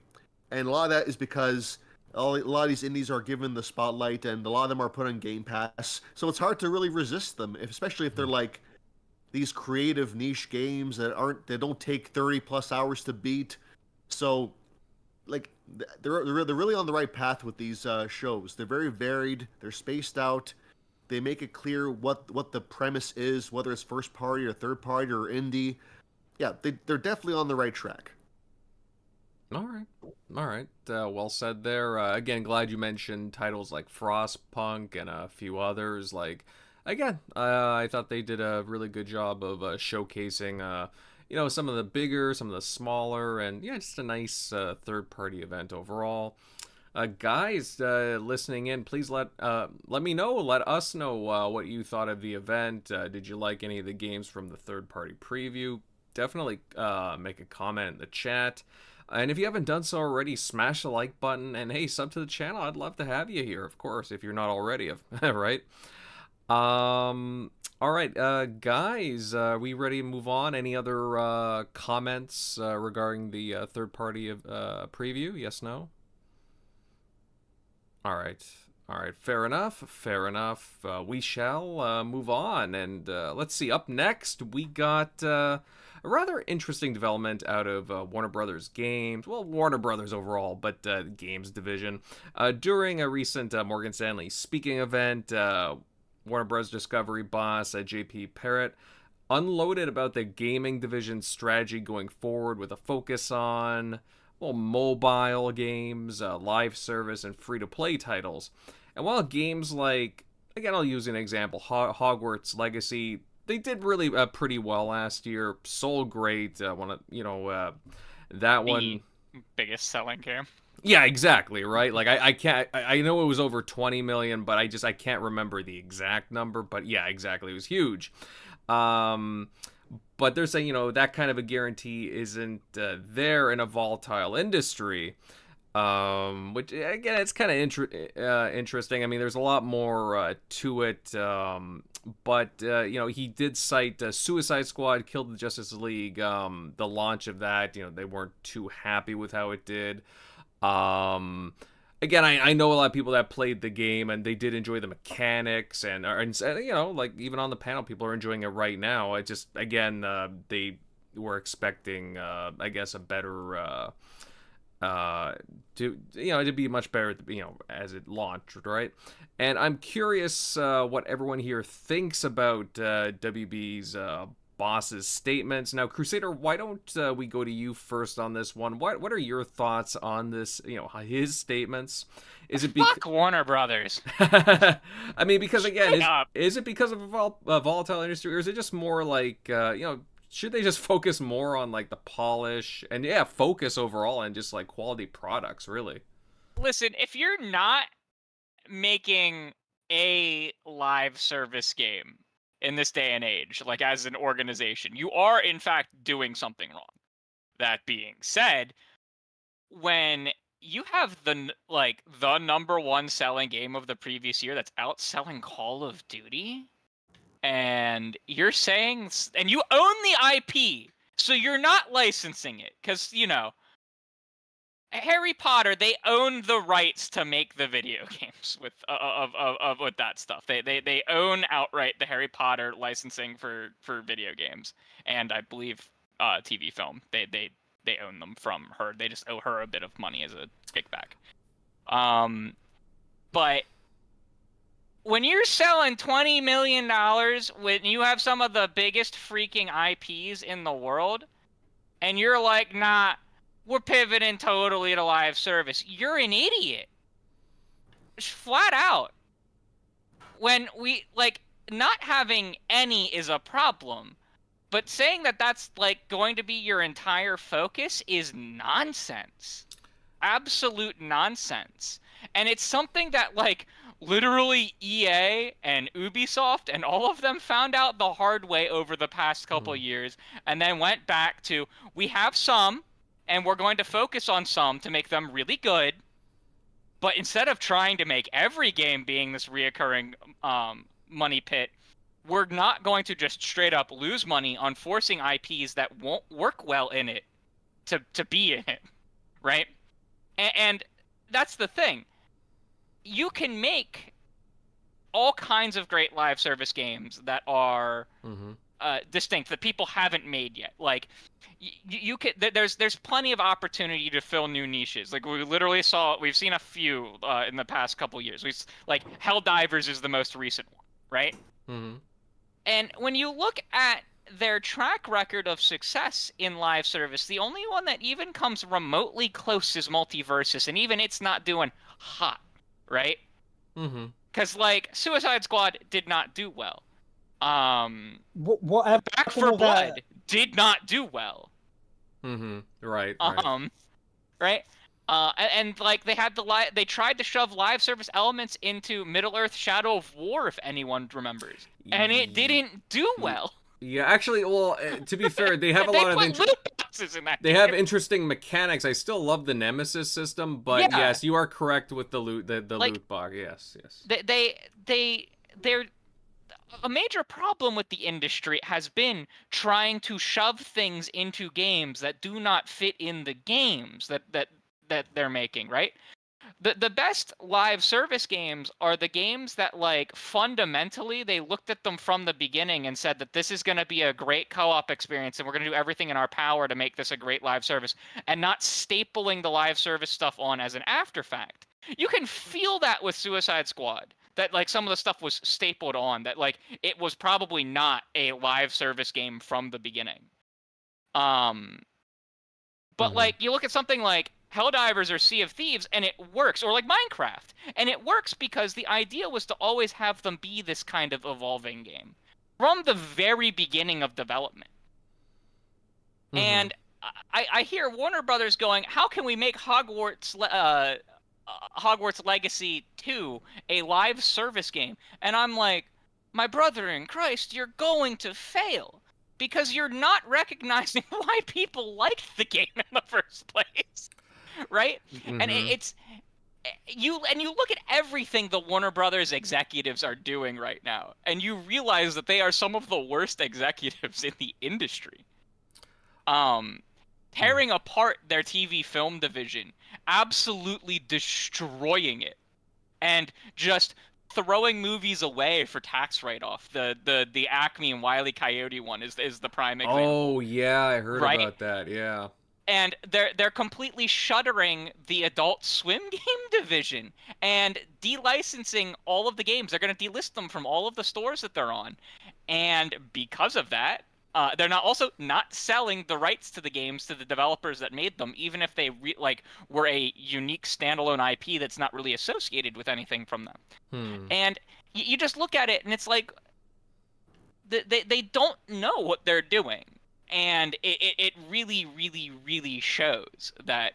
Now, one thing that is kind of important to note here is that he was talking directly to investors at Stanley Morgan, at a Stanley Morgan event. Yeah. And so these are people that don't know anything about video games, and they're not going to ask tough questions. They're not going to be like, why did this game fail? Why did that game fail? In fact, the comments only came up 35 minutes into a 40-minute conversation. Right. And they asked, for all like, we know, one question about games. Yeah. So, like, who knows exactly how much of this is more just trying to get money from investors by saying something that sounds really good, because a live focusing completely on reoccurring revenue from games sounds really good to investors. But, like, I look at everything Warner Brothers is doing, and I kind of believe that this is the direction this man wants to take it, and he's going to kill their games. Because it's not like they don't have IPs, that they couldn't make some of the biggest fucking baller shit. And unlike Sony and EA, who are getting absolutely destroyed by, like, the licensing fees that they own Disney, they own DC. Warner Brothers owns DC Comics, right? They don't have to pay to license the superhero. They own the superhero. You know what I mean? Like, they're the only company in the biz that, like, can just straight up make all the money on it. And it's hilariously nonsense that this is the direction that they're taking this in, because they're saying, how do we eliminate risk from games? Let's go with the riskiest, most fail-prone thing that, if it succeeds, will make a ton of money. But the if is the massive thing. And like I said, they should have a couple. Like, Multiversus is actually, like, a game that could work. Yes, It is yes. from the ground up, built as a live service. They're going to throw in kind of Fortnite style, all that stuff from all those properties they own. That is an actually well-designed live service concept that really doesn't, outside of, like, Smash, doesn't exist, and Smash is only on Switch, right? So, like, good example of them chasing a live service. But, like, trying to chase it with Harry Potter, man, you lost me. You lost me pretty hard, unless you're gonna make a flat-out MMO. Like, straight-up full-on MMO, like World of Warcraft or Final Fantasy 14. Well, there's right? something You've lost interesting. me. There's something. I mean, for all we know, I mean, we're just assuming that it, again, it could be very, very bad. But again, they could have some good concepts, right? They could. The problem is, any of those games are 5 years out. I mean, Right. I would say, I mean, Like- I really hope there's not a Fear live service game or something Yeah. in the works. You know what I mean? any of those games would be like 5 years out if they were developing them as live service from the ground up. So then it's like, well, what are we going to get in the interim in between that? And it's going to be games that have live service stapled into them rather than from the ground up kind of concept. And those are the games that I fear, because those are the games that aren't good. Those are the games that when they come out as a live service, you know, when you have your Babylon Fall, right? When you release crap like that, that's the game that like instantly fails, because players go and they're like, yep, this would have been cool if it wasn't a grind fest that wanted to charge me $60 extra every 3 days. But then you have the games that are designed as the live service from the ground up that unless the companies screw the hell up like Bungie, the players kind of just stay in and enjoy, right? And I look at this and I'm like, yeah, nope, WB's just gonna staple live service onto games and it's not gonna work, and we're gonna be like, yep, there's like 7 more games that are just straight up gonna fail. All right. I mean, yeah, we'll see. I mean, again, there have been rumors of Warner Brothers wanting to definitely like offload their game division as well in recent years. We've heard a lot of that. So, Yeah. I mean, time will tell. But the hard thing with that is they own the IP and they're not going to sell the IP alongside of it. So who outside of like things like Mortal Kombat, right? Like Mortal Kombat will go with NetherRealm, but like. Injustice isn't going to. Harry Potter's not going to. You know what I mean? And so it becomes much harder to sell those studios. That's why Microsoft passed on them back in like 2019, because they couldn't secure the IPs with them. And so they were essentially just getting development studios. They wouldn't be getting the IP much of the IP that goes with it. So. And, Do they even have the Harry Potter IP? Yes, Is they just own, Warner Brothers? They have like an indefinite ownership of like the ability to license that stuff. They just owe royalties to what's her face. To the actual. Roll- Yeah, Well, I J.K. mean, Rowling. I thought Yeah, they owe Warner royalties Brothers to her, was and that's it. different. Isn't Warner Brothers different than Warner Brothers Games? Warner Brothers Games is a subsidiary of. They're a subsidiary of the same company, right? And they share the IP is shared between them. That's right. Gotcha. Okay. So like Warner Brother Games has access to every IP that the Warner Brothers Studios owns. They like IP wise, their stuff is like shared between them, except for like maybe like Fear, but like I don't think the movie studio is going to want to make a Fear game. Like more interesting horror games more interesting horror things can be created in film, I think, than Fear. Fear is a very good game, but I don't think it would translate well. But like, yeah, so like that thing. Well, the last thing I wanted to say is for anyone who is concerned, there's 60 days to get those Adult Swim games. There's 5 of them on Xbox. The most noteworthy one is the Samurai Jack hack and slash game. That is supposedly quite good. It released like last year or 2 years ago. Yeah, I do remember people I talking think it was about it. longer than that actually, but It definitely came out either during or after COVID. I do remember people talking about it a little bit. So yeah, Yeah, okay. Was it Battle Through Time? something like that. Yeah, it was Battle Through Time, and it came out in 2020, so it came out 4 years ago. It came out like because it came out after the final season, and supposedly it is good. So like if there's one to look at that's gonna almost certainly get delisted because they're actual animals, that would be one to look at. All right, good to know, Crusader. Thank you for your thoughts there. I'll go to Grimes next, and then General MLD. Grimes, again, what's your thoughts on like these comments coming from like a higher up at WB? I don't know. What do you think? Do you think they're gonna, I don't know, judging from the commentary, gonna focus on more live service, mobile, all that jazz?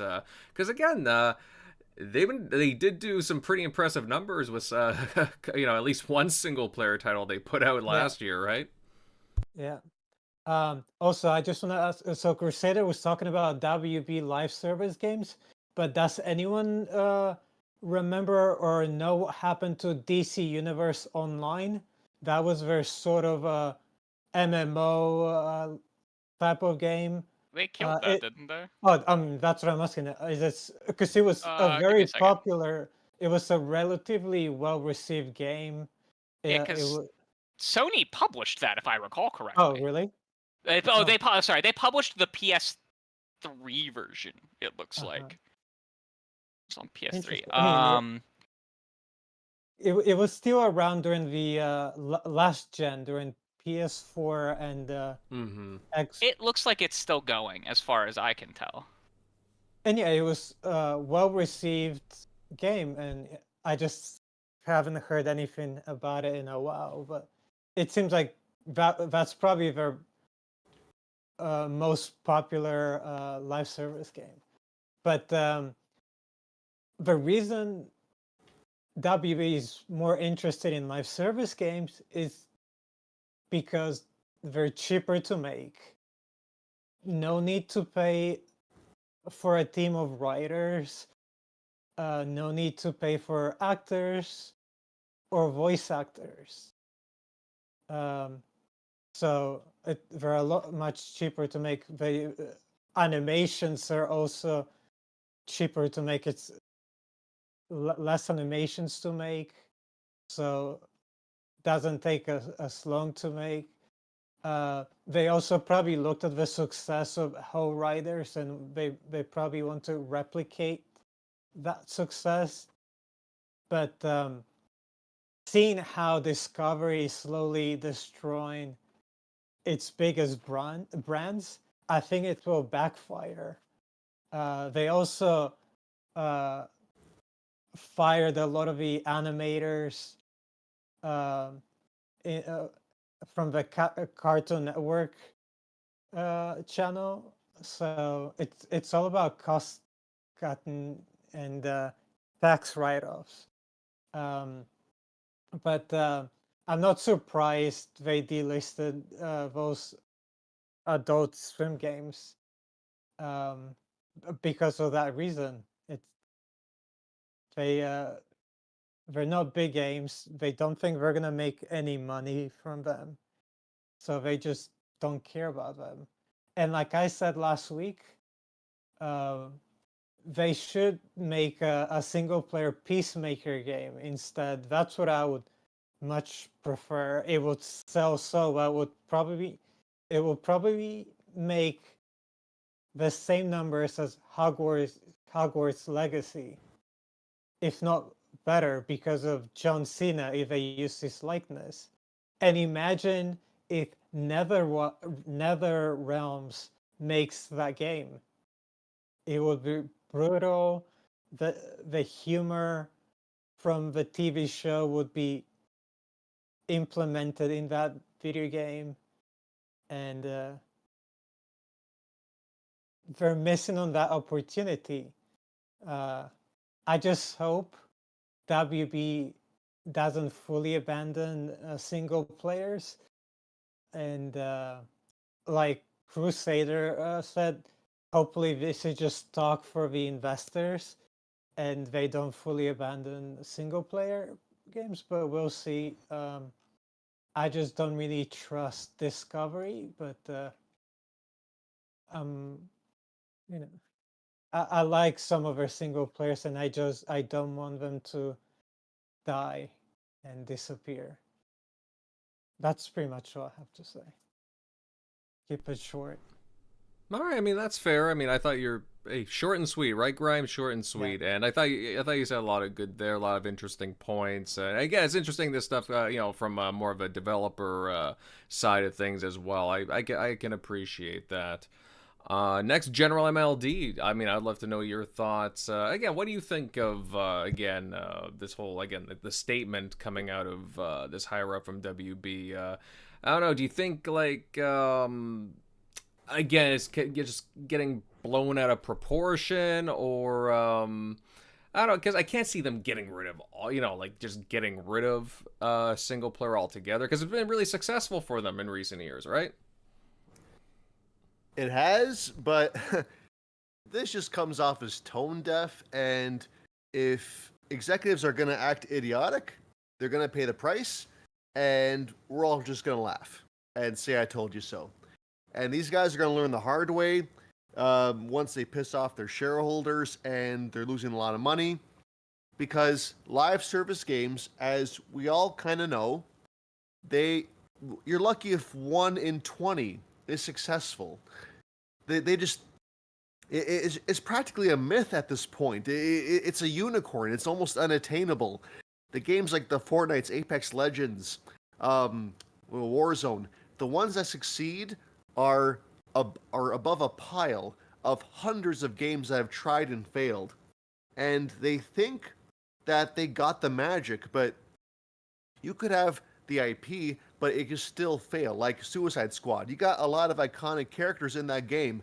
I'm not going to get into why that game failed. It was a bunch of factors, but the point is, it fell flat on its face, despite there being a lot of characters people have grown up with. So, and then you got Harry Potter, which is very successful. Why can't you read the room? I don't understand it whatsoever. How many games have to fail for these executives to just read the room is what I'm thinking here. And if it's going to take a few more of those, hey, so be it. If people lose jobs, it is the executives' fault that are making these decisions. And it sucks that these developers have to pay the price. So, I mean, again, even with all these layoffs and how AAA gaming is more fragile than ever, you really want to go ahead with a live service gamble? I think a single player AAA game is less of a risk than a live service game. So long as the game is marketed well and you know it's good, like don't make sure it's not, doesn't launch buggy or is lacking content. Make sure it's a full game at launch, like Harry Potter. Don't do abusive microtransactions. Make sure they're like tolerable, like cosmetics only, or like how Helldivers 2 was handling it. Things like that. The gamers will take care of you more often than not. So you go the sleazy route, we will notice, and your sales will suffer. This is not. It's not going to change. And again, it's so tone deaf. Now, I don't feel as strongly as say the backlash other people are giving them, but it's just a shame that we're gonna get games in the future possibly from IP and developers that we really like, but they'll be making these games that they're just not used to, or games that we don't want, like Suicide Squad. Rocksteady used to be this iconic developer. The Arkham series is it's a timeless classic. And for Rocksteady to now make Suicide Squad, I can't help but scratch my head at that, whether it was their choice or not. It's just a misuse of talent, and I think that's what the core concern is. It's developers that are very creative, very driven, being misused to make games that they're not specialized in, that executives think that we want, which we don't. So I hope they course correct sooner rather than later, and before things get too dire. That's all I gotta say about that. All right, fair enough. Well said there, General. I mean, who knows, right? Again, they could have a couple of live service games that could do pretty well, but time will tell on that, I suppose. Even mobile games, for that matter. But I mean, I'm not much of a mobile game player, to be honest. But it's always good to cover your bases, right? When it comes to entertainment, and I do get it from like a company perspective in any case. Next, I'll go to Shockley, then Dots, then Centurion to round us out. Shockley, I mean, Eric, what do you think about this? Again, WB, interesting publisher, has a few interesting developers under its belt. Certainly a few interesting IP, as what people are saying. What are your thoughts on this, of them possibly just focusing more on live service, mobile, free-to-play? Do you think that's an error? going forward, or do you think that's not going to be as bad as what it could be blown up to be? Yeah, I think it's kind of dumb. If what I've kind of, at least from like the headlines of like wanting to shift away from AAA, I don't think that's um, like the right takeaway from like their past development. Sure, you might want to have still a division for that, but even Nintendo outside of like Pokemon Go, that they've probably well, I don't know. I guess if they technically own them because they kind of own the bits of Pokemon Company, but they had other mobile games which I think have since shut down. So even the best of them isn't gonna perfectly hit that mark on mobile, especially just their track record of just games in general. Maybe if they can make a Harry Potter thing on mobile, that's probably their ticket because people were crazy about that IP as they saw. Like you make a sure that the game, it wasn't like I bought it. My wife's a huge fan, and it was something for we could play together, and it had pretty decent combat and decent world that you could explore. But it was it but people went after that game just like nuts, even though it wasn't like some super mega hit. So, um, but yeah, just from that game, like they just need to go forward, maybe do some double A stuff, like maybe not do some like giant. I don't know. I think maybe they're just getting to this because devs are looking at like the whole AAA thing, of like, hey, how are we gonna cover these costs? Games are getting too bloated. Well, maybe take a step back, maybe just take it down a notch, make a good double A game that's not $70, maybe it's $50. Look at Hellblade. They have a lot of IP. They could focus on kind of getting that middle ground because people are hurting. Right now trying to make ends meet. So maybe $70 games isn't the easiest thing. So offer the consumer something else, something that has decent value, decent worth for a little bit less, or something in between. Sure, maybe have some focus on mobile, but to like completely shift away from it just seems kind of asinine. That just good luck with that because mobile is a fickle thing, as people have found out. So good luck on making that work and making that revenue stream work from it. That's the other hard part. I've been playing, like I've said, like Final Fantasy VII Ever Crisis. Been enjoying that, but turns a lot of people away from playing it because there's so much gotcha shit just right at the forefront. Even though a lot of the stuff in there is really great. So yeah, good luck with. Yeah, good luck to him on that one. That's my 2 cents on it. I don't have much else to say. So. All right, fair perspective there, Shockley. Yeah, no, I mean, I just have to say, time will tell. Time will tell, but yeah, I definitely don't want them going all in personally, but yeah, I mean, hell, hey, I'm a big Fear fan, and I hope I get a Fear one day, but it sounds like that's dead, so I hope they they don't go all in on like again live service, all that jazz, but we shall see. Dots, I'll hit you up next. Again, you've been hearing a bunch of the guys' perspectives. What's your thoughts on, again, the comments coming from WB? I think tone deaf is a huge understatement. I think that it's just kind of disgusting to see them look at this failure and be like, yeah, let's keep doing this. Let's keep going down this route.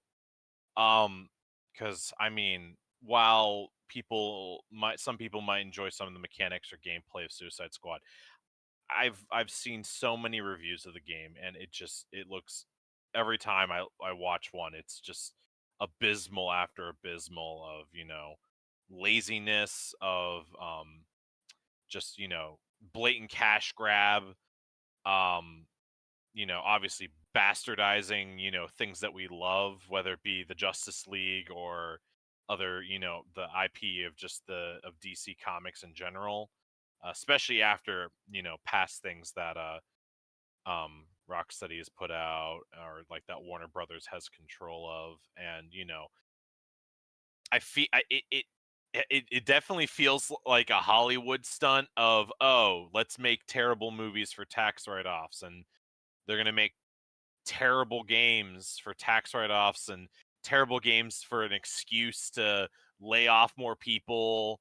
Like, but the issue is then somehow people will still buy into it. So I don't know if they'll make a profit, but I guess if they make a terrible game that's cheap to make and people buy it, they'll make enough profit to be like, all right, cool, we didn't lose anything, so we can, you know, keep putting out you know, half-assed work. It's abysmal, on top of, you know, all the other, you know, things that WB has been getting rid of. Like, obviously there was the whole Rooster Teeth thing that's going on right now, that they're shutting them down. And that's, you know, that's a shame, because I mean, a lot of people grew up with Rooster Teeth, so like it's a huge, you know, I guess memory lane for a lot of people. I mean, Red versus Blue, as almost every Xbox person should know about.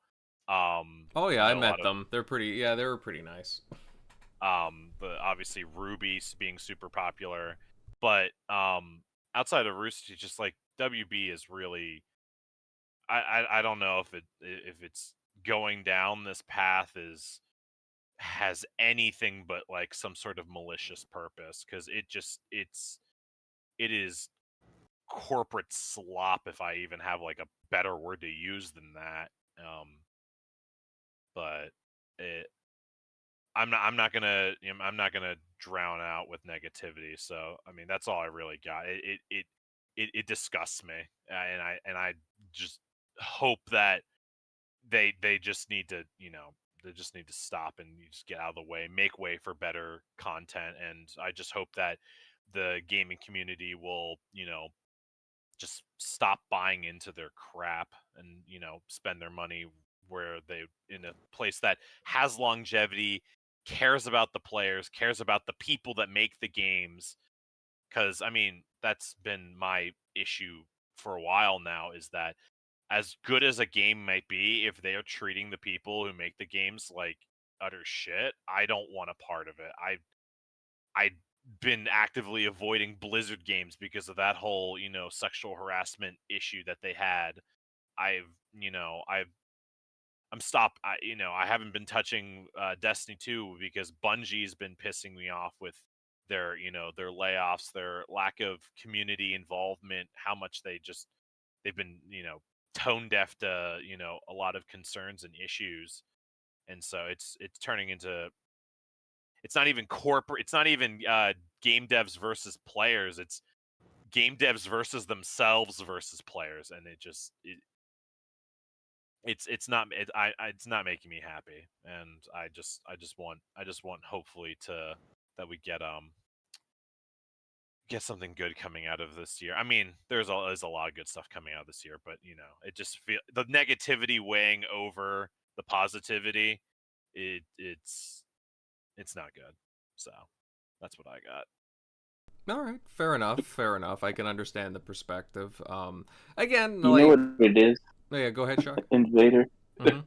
It's that part in, if you've seen Horrible Bosses, where Colin Farrell takes over for his dad and is trying to find any way they can start cutting things to start making more money and Right. squeeze out any more out of that company for him to retire. Oh yeah.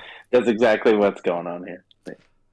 All right, that is kind of funny that you brought up. Damn, I did, yeah, that was I did really appreciate Colin Farrell in that one. He did a good job. Yeah.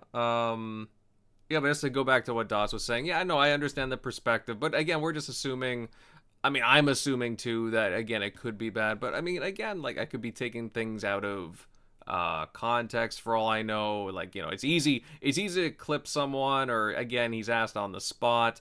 It could be different. It could be vastly different from what we're thinking, but well, we'll see. We'll see.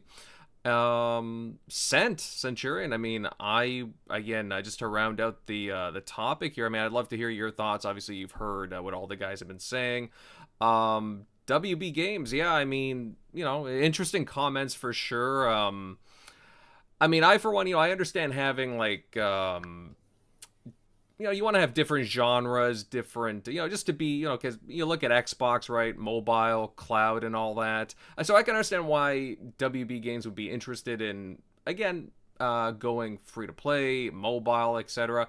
I guess a lot of people are just hoping, hey, you know, we hope you don't, you know, stop focusing as well on single player titles. Like, do you think it's like an overreaction to the comments, or is it like, is there legitimate concern here? Everybody has a valid point. We'll at least put it that way. Everybody has a valid point. That's where, you know, it's hard for me to kind of touch on this one because it's kind of like what I do. Because of what I do, I have to predict what consumers are going to want to invest their money in the industry that I'm in. Mm-hmm. And sometimes I don't agree fully with the consumer on what they want, but who am I to dictate to people how to spend their money? I mean, like, it's kind of like what I always have to tell my boss. Why are we always trying to tell the consumer how to spend their money when we let the consumer show us how they want to spend their money, and we just facilitate that until what I have called the next flavor of the month? And I did a video on this. I lost some subscribers. I gained some subscribers. The video was a lot more successful than I thought it was going to be. But that's where it's what I've been saying all along. These AAA studios are going to be hyperbolically focused on service games because, let's face it, if you've got, like, service games are a slot machine. Everybody here understands how the concept of a slot machine is. You constantly put money into it and you're losing money. Sometimes you break even, but there's that one-off chance, that one time you're going to drop that quarter in and you're going to hit a jackpot. And all of a sudden you make all the money that you invested into that slot machine back and a little bit more. And that's where, you know, like, I keep hearing the word tone deaf. I guess I would have to agree with you for the hardcore gamers or people like me that really do like the single player experience, like the Hogwarts Legacies, and the other games that we're used to. And that comes back to Suicide Squad. Everybody wanted another Arkham game. I could not tell you whether or not Rocksteady wanted to make this game on their own, or if by some chance somebody at WB came in and forced them to do it. Regardless, So, they didn't, because the entire executive branch left and found their own studio. All of the leadership from Rocksteady's gone. okay, Every last one of them. but that's where, at the same time, I also don't like. I don't feel a developer should be forced into also, like, making the same game over and over again. That's just a different. That's fair, yeah. That's a different argument than what it is. I'm just saying that that's also where, you know, I'm gonna say it right now.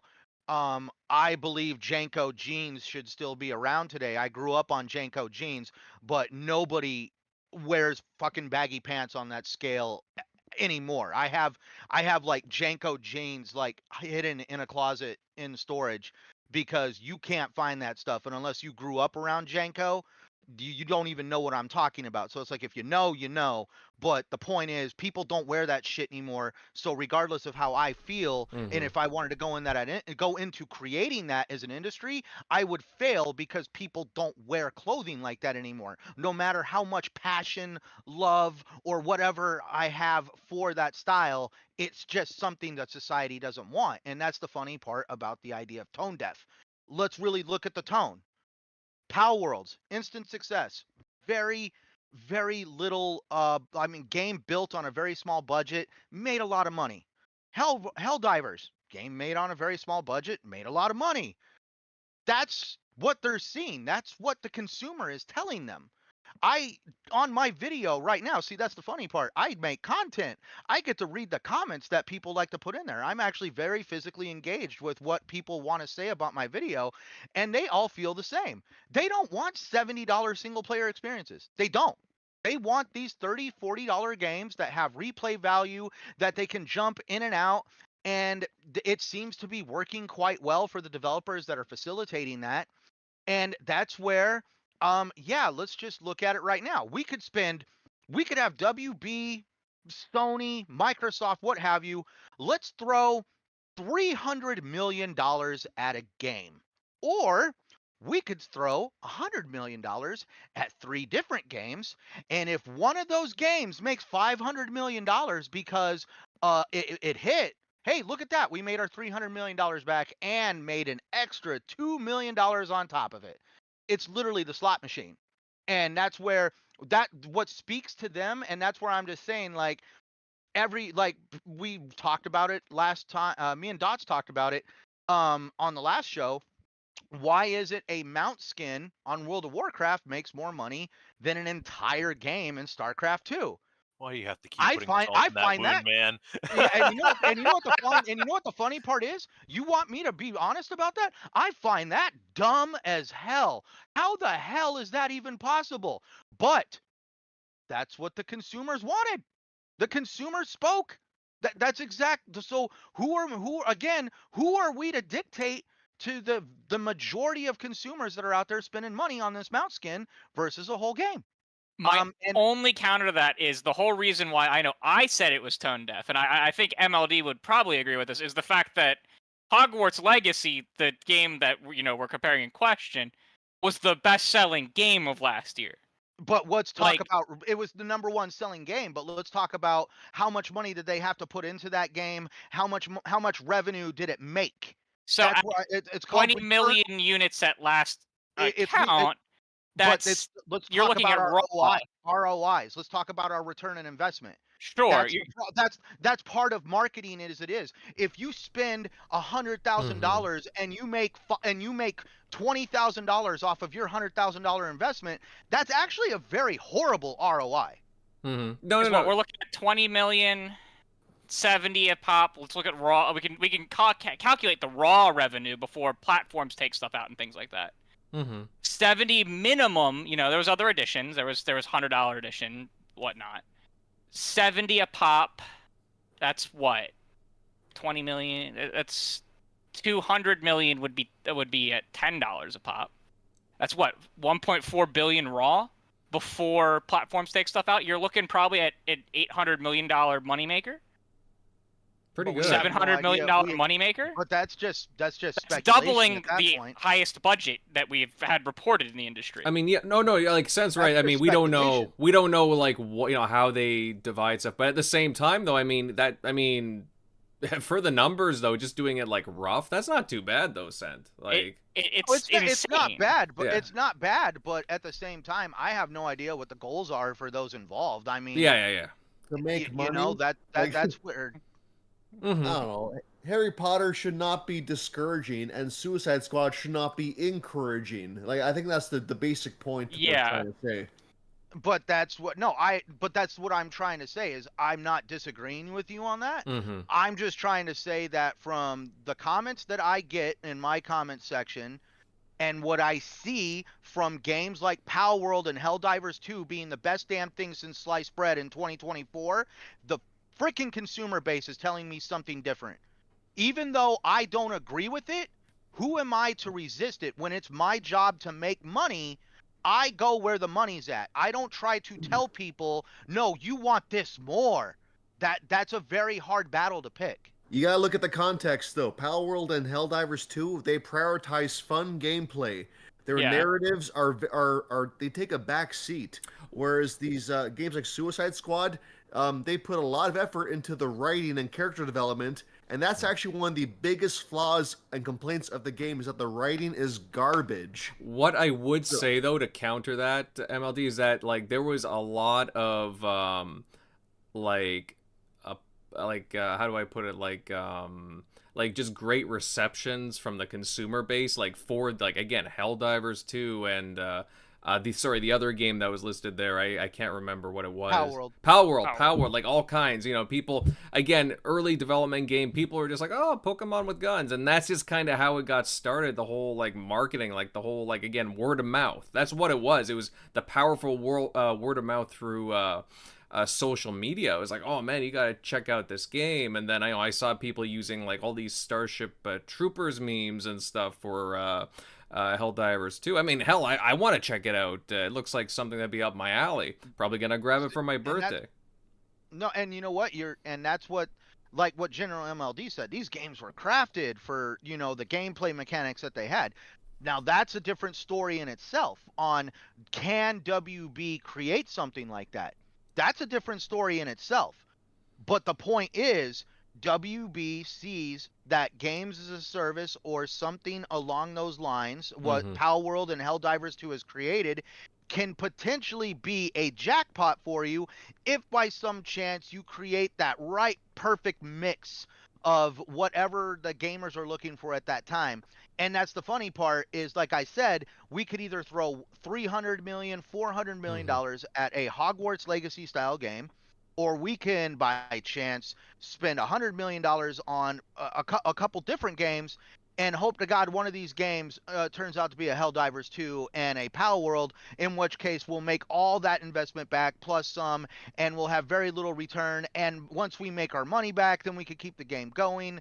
And, you know, like how other service games has worked. And that's where I'm just saying that it just comes down to, as much as we don't agree with it, as much as we hate microtransactions and loot boxes and service games are an absolute pain in the ass, for whatever reason, people still consistently love getting out their wallets and enjoy it. Because again, these service games come in at $30, $40, and you could have hundreds of hours of just replayability. And that's where, you don't find too many people, General and Crusader, people like us that are willing to go 300 hours deep into an Assassin's Creed game. And that's where it's kind of like, I agree with you guys fully, but I just also say that I just really do feel that there is this emergence of a different style of the gaming industry and the consumer base that's looking to support it. And I just really do think that there is more people out there willing to buy a damn mount skin than there is a freaking Hogwarts Legacy. And they're probably seeing this. And that's where, I mean, do I blame them for wanting to try? No. Do I think they could pull it off? Probably not, because WB does not have a good track record of being able to do something like this. But also at the same time, I could understand why at least the people in charge seem to think they can pull it off. I agree with you completely on the spending less and making a smaller experience. It's the sheer fact that, because like Power World isn't a games as a service. Once it comes out of early access, it's not getting more content after that. It's also never getting microtransactions. They've committed to that. So, you know, what I'm getting at, though, for me, what it is it's a game developed with very little budget. And I mean, very little budget. There's like no substance to the game other than throwing balls at animals, cooking them over a fire, or building a damn. Like again, what he was saying, he was talking about reoccurring revenue and bringing in money from every one of their games forever. Like his the CEO of Warner Brothers basically wants every last one of their games to be Fortnite. And that's the problem that I have. I mean, to be fair, again, they're like, if they can if, like I said, if they make 4 games like Fortnite and one of them happens to be a success, hey, done. We made it. We did it. See, it's hilarious that we shit on Sony for this exact same concept like months ago. The exact same thing. But to add, when we said that we were shitting on them for making 12 live service games, that's where like I'm struggling to see like why it's good now. It's I'm because not saying it. I didn't once say it was a good idea. We're not saying I'm it's just necessarily saying, good. I'm just saying I but- don't. It's the same reason why Sony's going down this path, because they know if they score one, dude, like Well, they did look score at- one. Well, Straight up. Well, that's no. I'm talking. But to them, No, that's like their not first one scoring out the gate, they did. You know what I mean? Like, so like they're never gonna. They're not stopping now. What do you mean, like Helldivers? Helldivers is a smash hit out the gate. But I see Sony wanting to craft it under their own umbrella. Like that's the end goal, is to create what Epic did with Fortnite, because Fortnite, all that money came back to Epic, and Epic was able to build themselves into like some corporate super conglomerate they're that now different has games its own because freaking Fortnite storefront. Fortnite is played by kids. Yeah, I don't know. I just find that like they're not reading the room with their own games and the success that they're seeing in their own company. Yeah. Like to add to that, Yeah. I think Warner Brothers is tone deaf in the fact that they're not making the games with the same template as the games that do succeed. Yeah, like that's Fortnite and Helldivers, Pal World. Again, they have a bare bones story and just focus on being fun. Their idea of making a live service game is making this bloated AAA game with this narrative cast and this extensive that's where I don't think- writing. That's not what works. And they don't. That's and where I what don't they think. know. That's where I don't want you guys to think I'm over here capping for WB, as in like, Yeah. oh no, they can pull it off. I have not once Mhm. said that WB can do it, Yeah, and this you is a can't. great Yeah. idea for WB. I'm just saying I can see their reasoning behind it Mhm. because of what is happening right now in 2024 with games like Power World and Helldivers. And I really do, and I'm just saying, if more games like Power World and Helldivers become an absolute norm and something that people crave and love, that's where you see things change. Like, I mean, let's go back to, like, remember when Iron Man first came out? There was barely ever any superhero movies. The only thing we ever got on a consistent basis was Spider-Man. Now all of a sudden you can't go freaking a couple months without seeing some form of some superhero movie being crammed into theaters. Whether it's a good movie or not, they're still trying. But that's where I'm just saying that, like, that's how it is. It's like right now the consumer base that spends money on these games is telling them this is the style of game we want to see. And do I think that they could create a good formula to put it off? That's a different debate. I'm just saying I can see their reasoning by why these comments were made. That's all I've said. Mhm. See- But I think we can agree that Yeah. Warner Brothers is ill-equipped to see this through. Yeah. I also think if you actually look at the like if you look at like a broader scope at the industry, it's not that live service games are doing well, it's that good games do well. Like Baldur's Gate does extremely well, Fortnite does extremely well, Hogwarts Legacy does extremely well, Call of Duty does extremely well. It's games that are made that people actually want to play, that do well. Like Helldivers is doing well because it does something cool and is actually a good game, like Yeah, fundamentally through and through a good game, Yeah. right? And I think that's the lesson that the industry really needs to learn is if you make a good product, people will come and buy the product, Mhm. right? And I think that's been the struggle as to why so many live service games have failed. And like I think that's why I think EA why they're tone deaf, because they're not seeing what is successful and isn't successful. And I think that kind of summarizes what we've all been saying. Mhm. Like And that's why I just said you guys have all made valid points. I'm Yeah. just trying to point out that I could see why they're doing it. And this is where I really do think people haven't really let it set in yet. But that's where, if by some chance Rockstar Games decides to follow through with what they're planning with Grand Theft Auto 6, a game that's had a large amount of development put into it, a lot of money, it's going to have a single player experience. And from what it's sounding like, this game is going to be more than $70 just for the base version. yeah. And that's what we call in basically the business world a barometer. We put out the barometer to take the temperature of the room, and if by some chance people are like, "Oh, I pay $100 for a base game," all of a sudden you're going to see all these guys that are going to be like, oh, wow, that means people that do want a single player experience are willing to pay $100 for a base game. And we don't even, because that's a trend. Yeah, and we don't even know what will be, like, again, technically the next trend. It could be, again, these exceptionally larger price titles. Again, we've seen season passes as add-ons, of course, traditional DLC, loot boxes, which got tempered down a lot.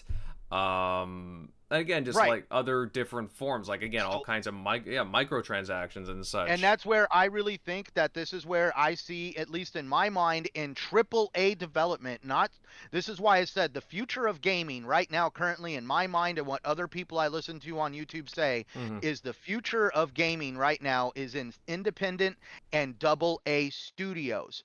But when it comes to AAA development and AAA games, I really do think that they are potentially going to charge more for single player experiences like Hogwarts Legacy because of the ballooning amount of money that they have to put into the development of these games, and the fact that they know that they can create a smaller title like a Pal World or a Helldivers 2 that would basically be a $30 to $40 cost for the consumer. That's where they're going to be more focused on titles like that, because they know that the consumer, the vast majority of consumers, are more willing to buy a game on that. Like just a few days ago, I actually heard someone refer to Helldivers 2 as what they called a short-term service game. That's basically what they're looking is for short-term games, something that they can put anywhere from 3 to 6 months into, make their money, walk away, rinse and repeat. I agree with you. Again, on paper, I get it. You want to chase that and hope you win. But again, I think they're Warner Brothers they're not the ones to do it. It's not them. I've never once said that Warner Brothers is the one to do it, but I'm just saying, like, I mean, it's like you standing on the street and everybody on your street is selling lemonade, and you see that they're making a lot of money selling lemonade, and then all of a sudden you're going to try to come out and sell your own version of lemonade. Now, whether or not people are going to like it, that's a different story, but I mean, you literally, like, I mean, it's like what we do every single day. Like, we see people every single day on social media doing things to make money, and there's people out there that try those same things and fail. But I'm just saying, it's the point that they saw somebody do something that they were successful with, and so they're going to try to emulate that and recreate it. I almost think that that's a huge problem in and of itself, though, right? Because, like, they're doing really well selling fucking iced tea, and, like, really well. And then suddenly they're trying to shift up their entire thing to sell lemonade, and I think that's where the more or less the tone deaf comes from me, because it's not like they it's not like they're like when they specifically did this massive AAA, like they made the success out of it that others struggled to. Does that make sense? No, and like they have the IP that they straight up own to keep doing this, and they have the studios that they own to keep doing this.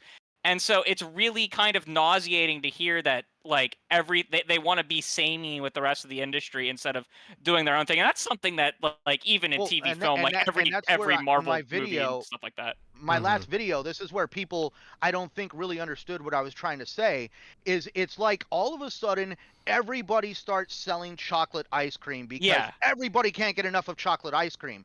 And then you got one guy, hey, I've got chocolate ice cream with nuts in it. Another one with sprinkles. Another one with chocolate chips. Another guy throws peanut butter in there. But the whole premise is it's always chocolate ice cream as the base, and somebody puts a little bit of this and that to try to make it different. And that's why I said I'm more concerned about the fact that when it comes to AAA development, we're going to see very little innovation and creativity from studios on that scale, because all the innovation and creativity is going to come out of independent studios and AAA developers that are willing to take the risks and allowing the basically, hey, let's try something new versus let's play it safe. Sure. Yeah. I don't think that, see, here's the thing, like, I think that a lot of them haven't been playing it safe by trying to emulate each other when they literally could just be making, like, improving the games that they make and, like, fitting into their own niche. That's something that I think a lot of the AAA developers have really struggled with, is that they chase trends instead of, like, setting their own. And also, just to add to that, keeping to their own. Just to add to that as well, just padding games for just like game length. Oh man, that bugs the crap out of me. Because like you see, like I mean, Baldur's Gate in like budget size was like a AAA game, right? But they did something that everyone said doesn't work anymore, which is making a CRPG. But they made it work because they made a fucking great product, right? And like that's like the kind of nauseating thing that I hear from WB is that they have this great formula that they can get to work with the IPs that they own, and they want to chase something else instead. And that's where I think the tone deafness comes in, because it's like they're making a ton of money, but they feel like they need to make like 6% more, but they're adding a ton of risk and then homogenizing themselves, and it's nauseating. WB has already missed the. I mean, you could already see the signs of how WB is willing to miss the mark on considering they're not releasing 1 ounce of DLC for Hogwarts Legacy. When we know the minute they put out some DLC for Hogwarts Legacy, all of a sudden that game will get a huge bump. People would start playing it again. They'd buy it again, and also it would be probably one of the best-selling DLCs in 2024. Like, you look at, like, Erdtree coming out for Elden Ring. It's probably going to get nominated for Game of the Year. Like, but you can debate whether you think a DLC should or shouldn't. But like, also, it goes down. You just said Game of the Year. How do you think WB felt that maybe that Hogwarts Legacy was omitted from the Game of the Year conversation just because of the person who wrote Harry Potter? That's why I always say, I'm like, dude, why are we condemning a whole studio of people? I'm just saying, like, do I agree with the statements that Rowling made? No. Do I believe an entire group of people should be condemned because of the statements of one person? No. I look at that argument, and I'm just like, you look at the other games that came out last year, and I still don't believe that that's why it was omitted. It barely showed up at other game awards, at like any other award thing in the industry. Because it was popular, but Call of Duty is also popular every year and gets nominated maybe for best multiplayer game because there's like 6 multiplayer games that release a year. No, but it got a good Metacritic score though. You can't. It got a good Metacritic score in a year where there was like 10 games that would be shoo-ins in every other year. It was a good game in a great year.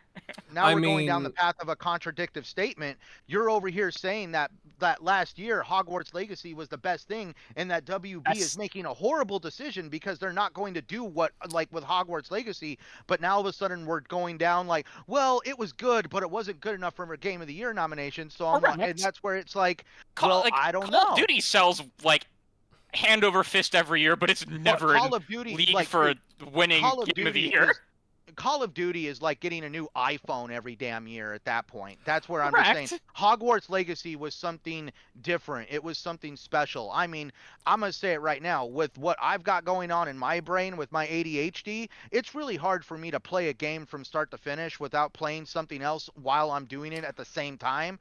Hogwarts Legacy, I went to work, came home, and played that game until I rolled the damn credits. But, you know, just to interject too, because I will add on to what you're saying. I mean, it was kind of like what I was suggesting even with bloated games too. Not that I thought that Hogwarts was bloated by any means. I mean, I haven't played it, but I mean, you know, you like you said with ADHD, it's like, you know, you just thoroughly enjoyed the game. I know that you're like a Harry Potter guy and you really enjoy like the world and everything.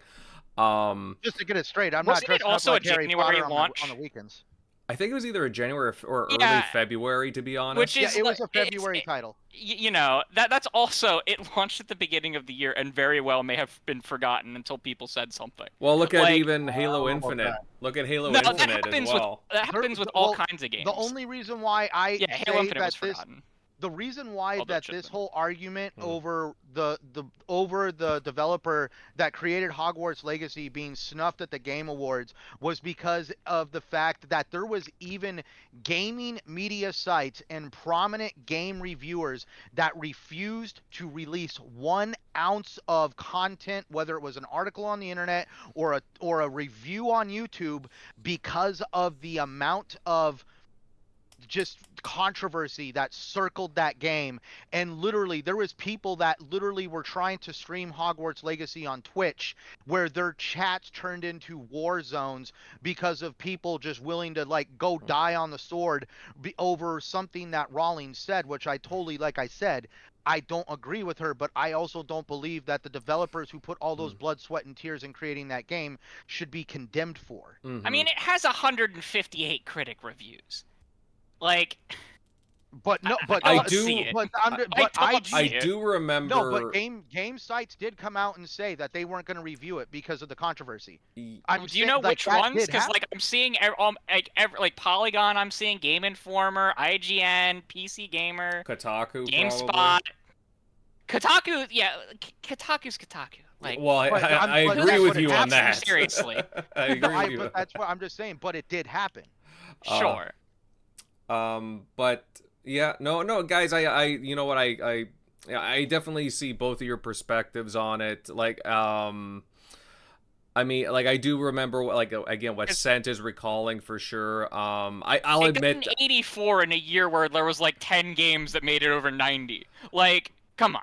But maybe it got snubbed for best RPG. I'll give you that. I mean, maybe. I'll be honest with you. I'm not really big on Game Awards. Period, to be honest. Like, but that being said, like, I mean, I do have to lean in the direction that I do think there was some snubbing in some categories, but like, that's just me personally. But I would have to look at the lists again, to be honest with you, going back. That being said, though, guys, anything else just rounding out the topic when it comes to, like, again, WB and its, like, again, seeming shift to live service? Yes, no? Okay. All right. I mean, again, I think I'm just gonna, like, call it for tonight. We've had a really good discussion all around. I thought we had a really, really good chat regarding the Xbox partner preview. I thought there were some pretty cool games showing off there. And again, what Warner Brother Games is planning for the near-term future, for whether, you know, like the focus, the direction of where it's going to go. But time will tell. We don't even know, like, again, what, like, the new, like, thing is, what they're planning. Again, we've seen the evolution of... you know, where, like, live service games have been going. I'm just kind of curious where they think the trend is going to go next. And I thought Centurion did a really good job of, you know, presenting things. Like he said, guys, he made a video. Check it out. I think it would be very good to see. Yeah, it's a great video. But yeah, just check it out. Appreciate that. I don't try to, like, hype myself. I just no. I just want to say, at least my barometer is my videos, and when I have people that compare service games to sneakers, I'm like, okay, well, fair enough. Hey, dude, it's like, honestly, like, no, good, no, like, I can appreciate that as a content creator, so I definitely know what you're saying, because you pick up on what the you know, the comments and what the fans are saying, right? But yeah, to everyone that tuned in tonight, thanks for stopping by. If you enjoyed our chat, then consider leaving a like, subbing to the channel. Of course, hey, share out the show. I'd love it if you do that. But with that said, let's go to the outros. Starting with Dots. Dots, where can everybody find you? Yeah, you can find me at DotsRTS on Xbox and on Twitter. Good talk, everyone. I'm on the hope that we can get some more positive style conversations going on. I mean, luckily the Xbox showcase was good, but we'll see what the rest of the year has to bring. We're still at the tail end of the first quarter, so we got Battlefront next week. Like, there's no way anything but positive could be coming from next week. We do have wrist rockets next week. We have wrist rockets next week. All right, I'll have to check that one out myself. But if I know about Battlefront, I'm certainly interested in that. Next up, Shockleap. Eric, hey, I thought you made some pretty good points as well. I mean, as did everyone on the show, but where can everybody find you, my friend? Yeah, as always, you can find me at Shock Nero on Twitter, Easy Shock on Xbox Live. But yeah, good show tonight, good topics. I'll see you all later. Well said, short and sweet. Going on next to Grimes. Hey, Mr. Fake Grimes. Again, it's great to, get your opinion on things, your perspective. Again, I thought it was very interesting, some of the stuff that you said tonight. Where can everybody follow you that's tuning in tonight? Yeah, great chat as always. Something I forgot to mention earlier. Did anyone see Capcom dropping the character creator for Dragon's Dogma 2 on Xbox? Oh yeah, it's the greatest character creator of all Very time. popular, very popular right now. Damn. Yeah, I've made, and like people have been making celebrities too, which is so cool. And your character carries over to the full release, which is so cool as well. But if you haven't checked it, go check it out. It's on Steam, Xbox, and PlayStation. And yeah, as always, you can find me on Twitter at FakeMayhemOG. All right, very good, very good. Centurion, again, very well thought out opinions. I really love your perspective on things. Where can everybody again find your content and just like all your like social information? Where can everybody follow you, my friend?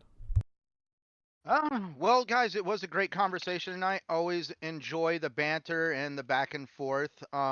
Definitely right there with Dots.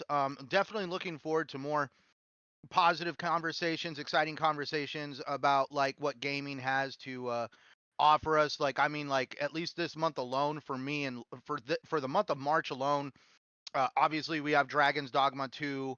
Lightyear Frontier goes in the game preview. We've got the Star Wars Battlefront Classic Collection, and of course South Park Snow Day. So to me, March feels a little stacked, like on where to begin for at least me, on top of all the other games I play. And for those that want to keep up with me and the crazy world I live in, you can check me out at Centurion1307 on YouTube, Xbox Live, and Twitter. And you can also find me here every Sunday night on TXR. Yeah, well said. And we will be checking out some of these games. I mean, again, unless there's some like big, huge, or shattering news. But yes, of course, we will be definitely talking about some of these titles because some of them look pretty interesting. Moving on over to Crusader. Hey, Crusader man, good thoughts tonight. Really enjoyed the chat with you. I mean, that's a usual thing, but of course, you know what I mean. You know what I mean. Anyways, where can everybody follow you? Hey, you can follow me at Crusader3456 on all platforms. The only one that I don't accept friend requests on is Discord. Yeah, I will be covering Battlefront 2 all day on Friday because I took the day off for my birthday, and then they announced Battlefront was coming out. And I'm like, well, shit. Now I have an entire day to do nothing but sit and play Battlefront as if I am a kid picking it up again in 2005. So expect me to be talking about that collection and whether it is a good re-release or a poor re-release on Sunday, because that's basically going to be my entire weekend in gaming. You hear about one of the character models in that game? What in the trailer they used a version from a mod, and it's not the version that's actually in the game. Yeah, it's basically in the trailer. It was one of the characters shown was a game mod because the guy who created the mod noticed.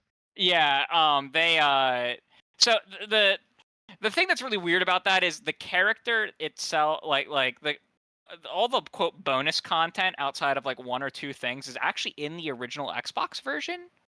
Not really sure why there was exclusive stuff in the Xbox version. I learned about that the other day, but like Kit Fisto and Asajj Ventress were both in that.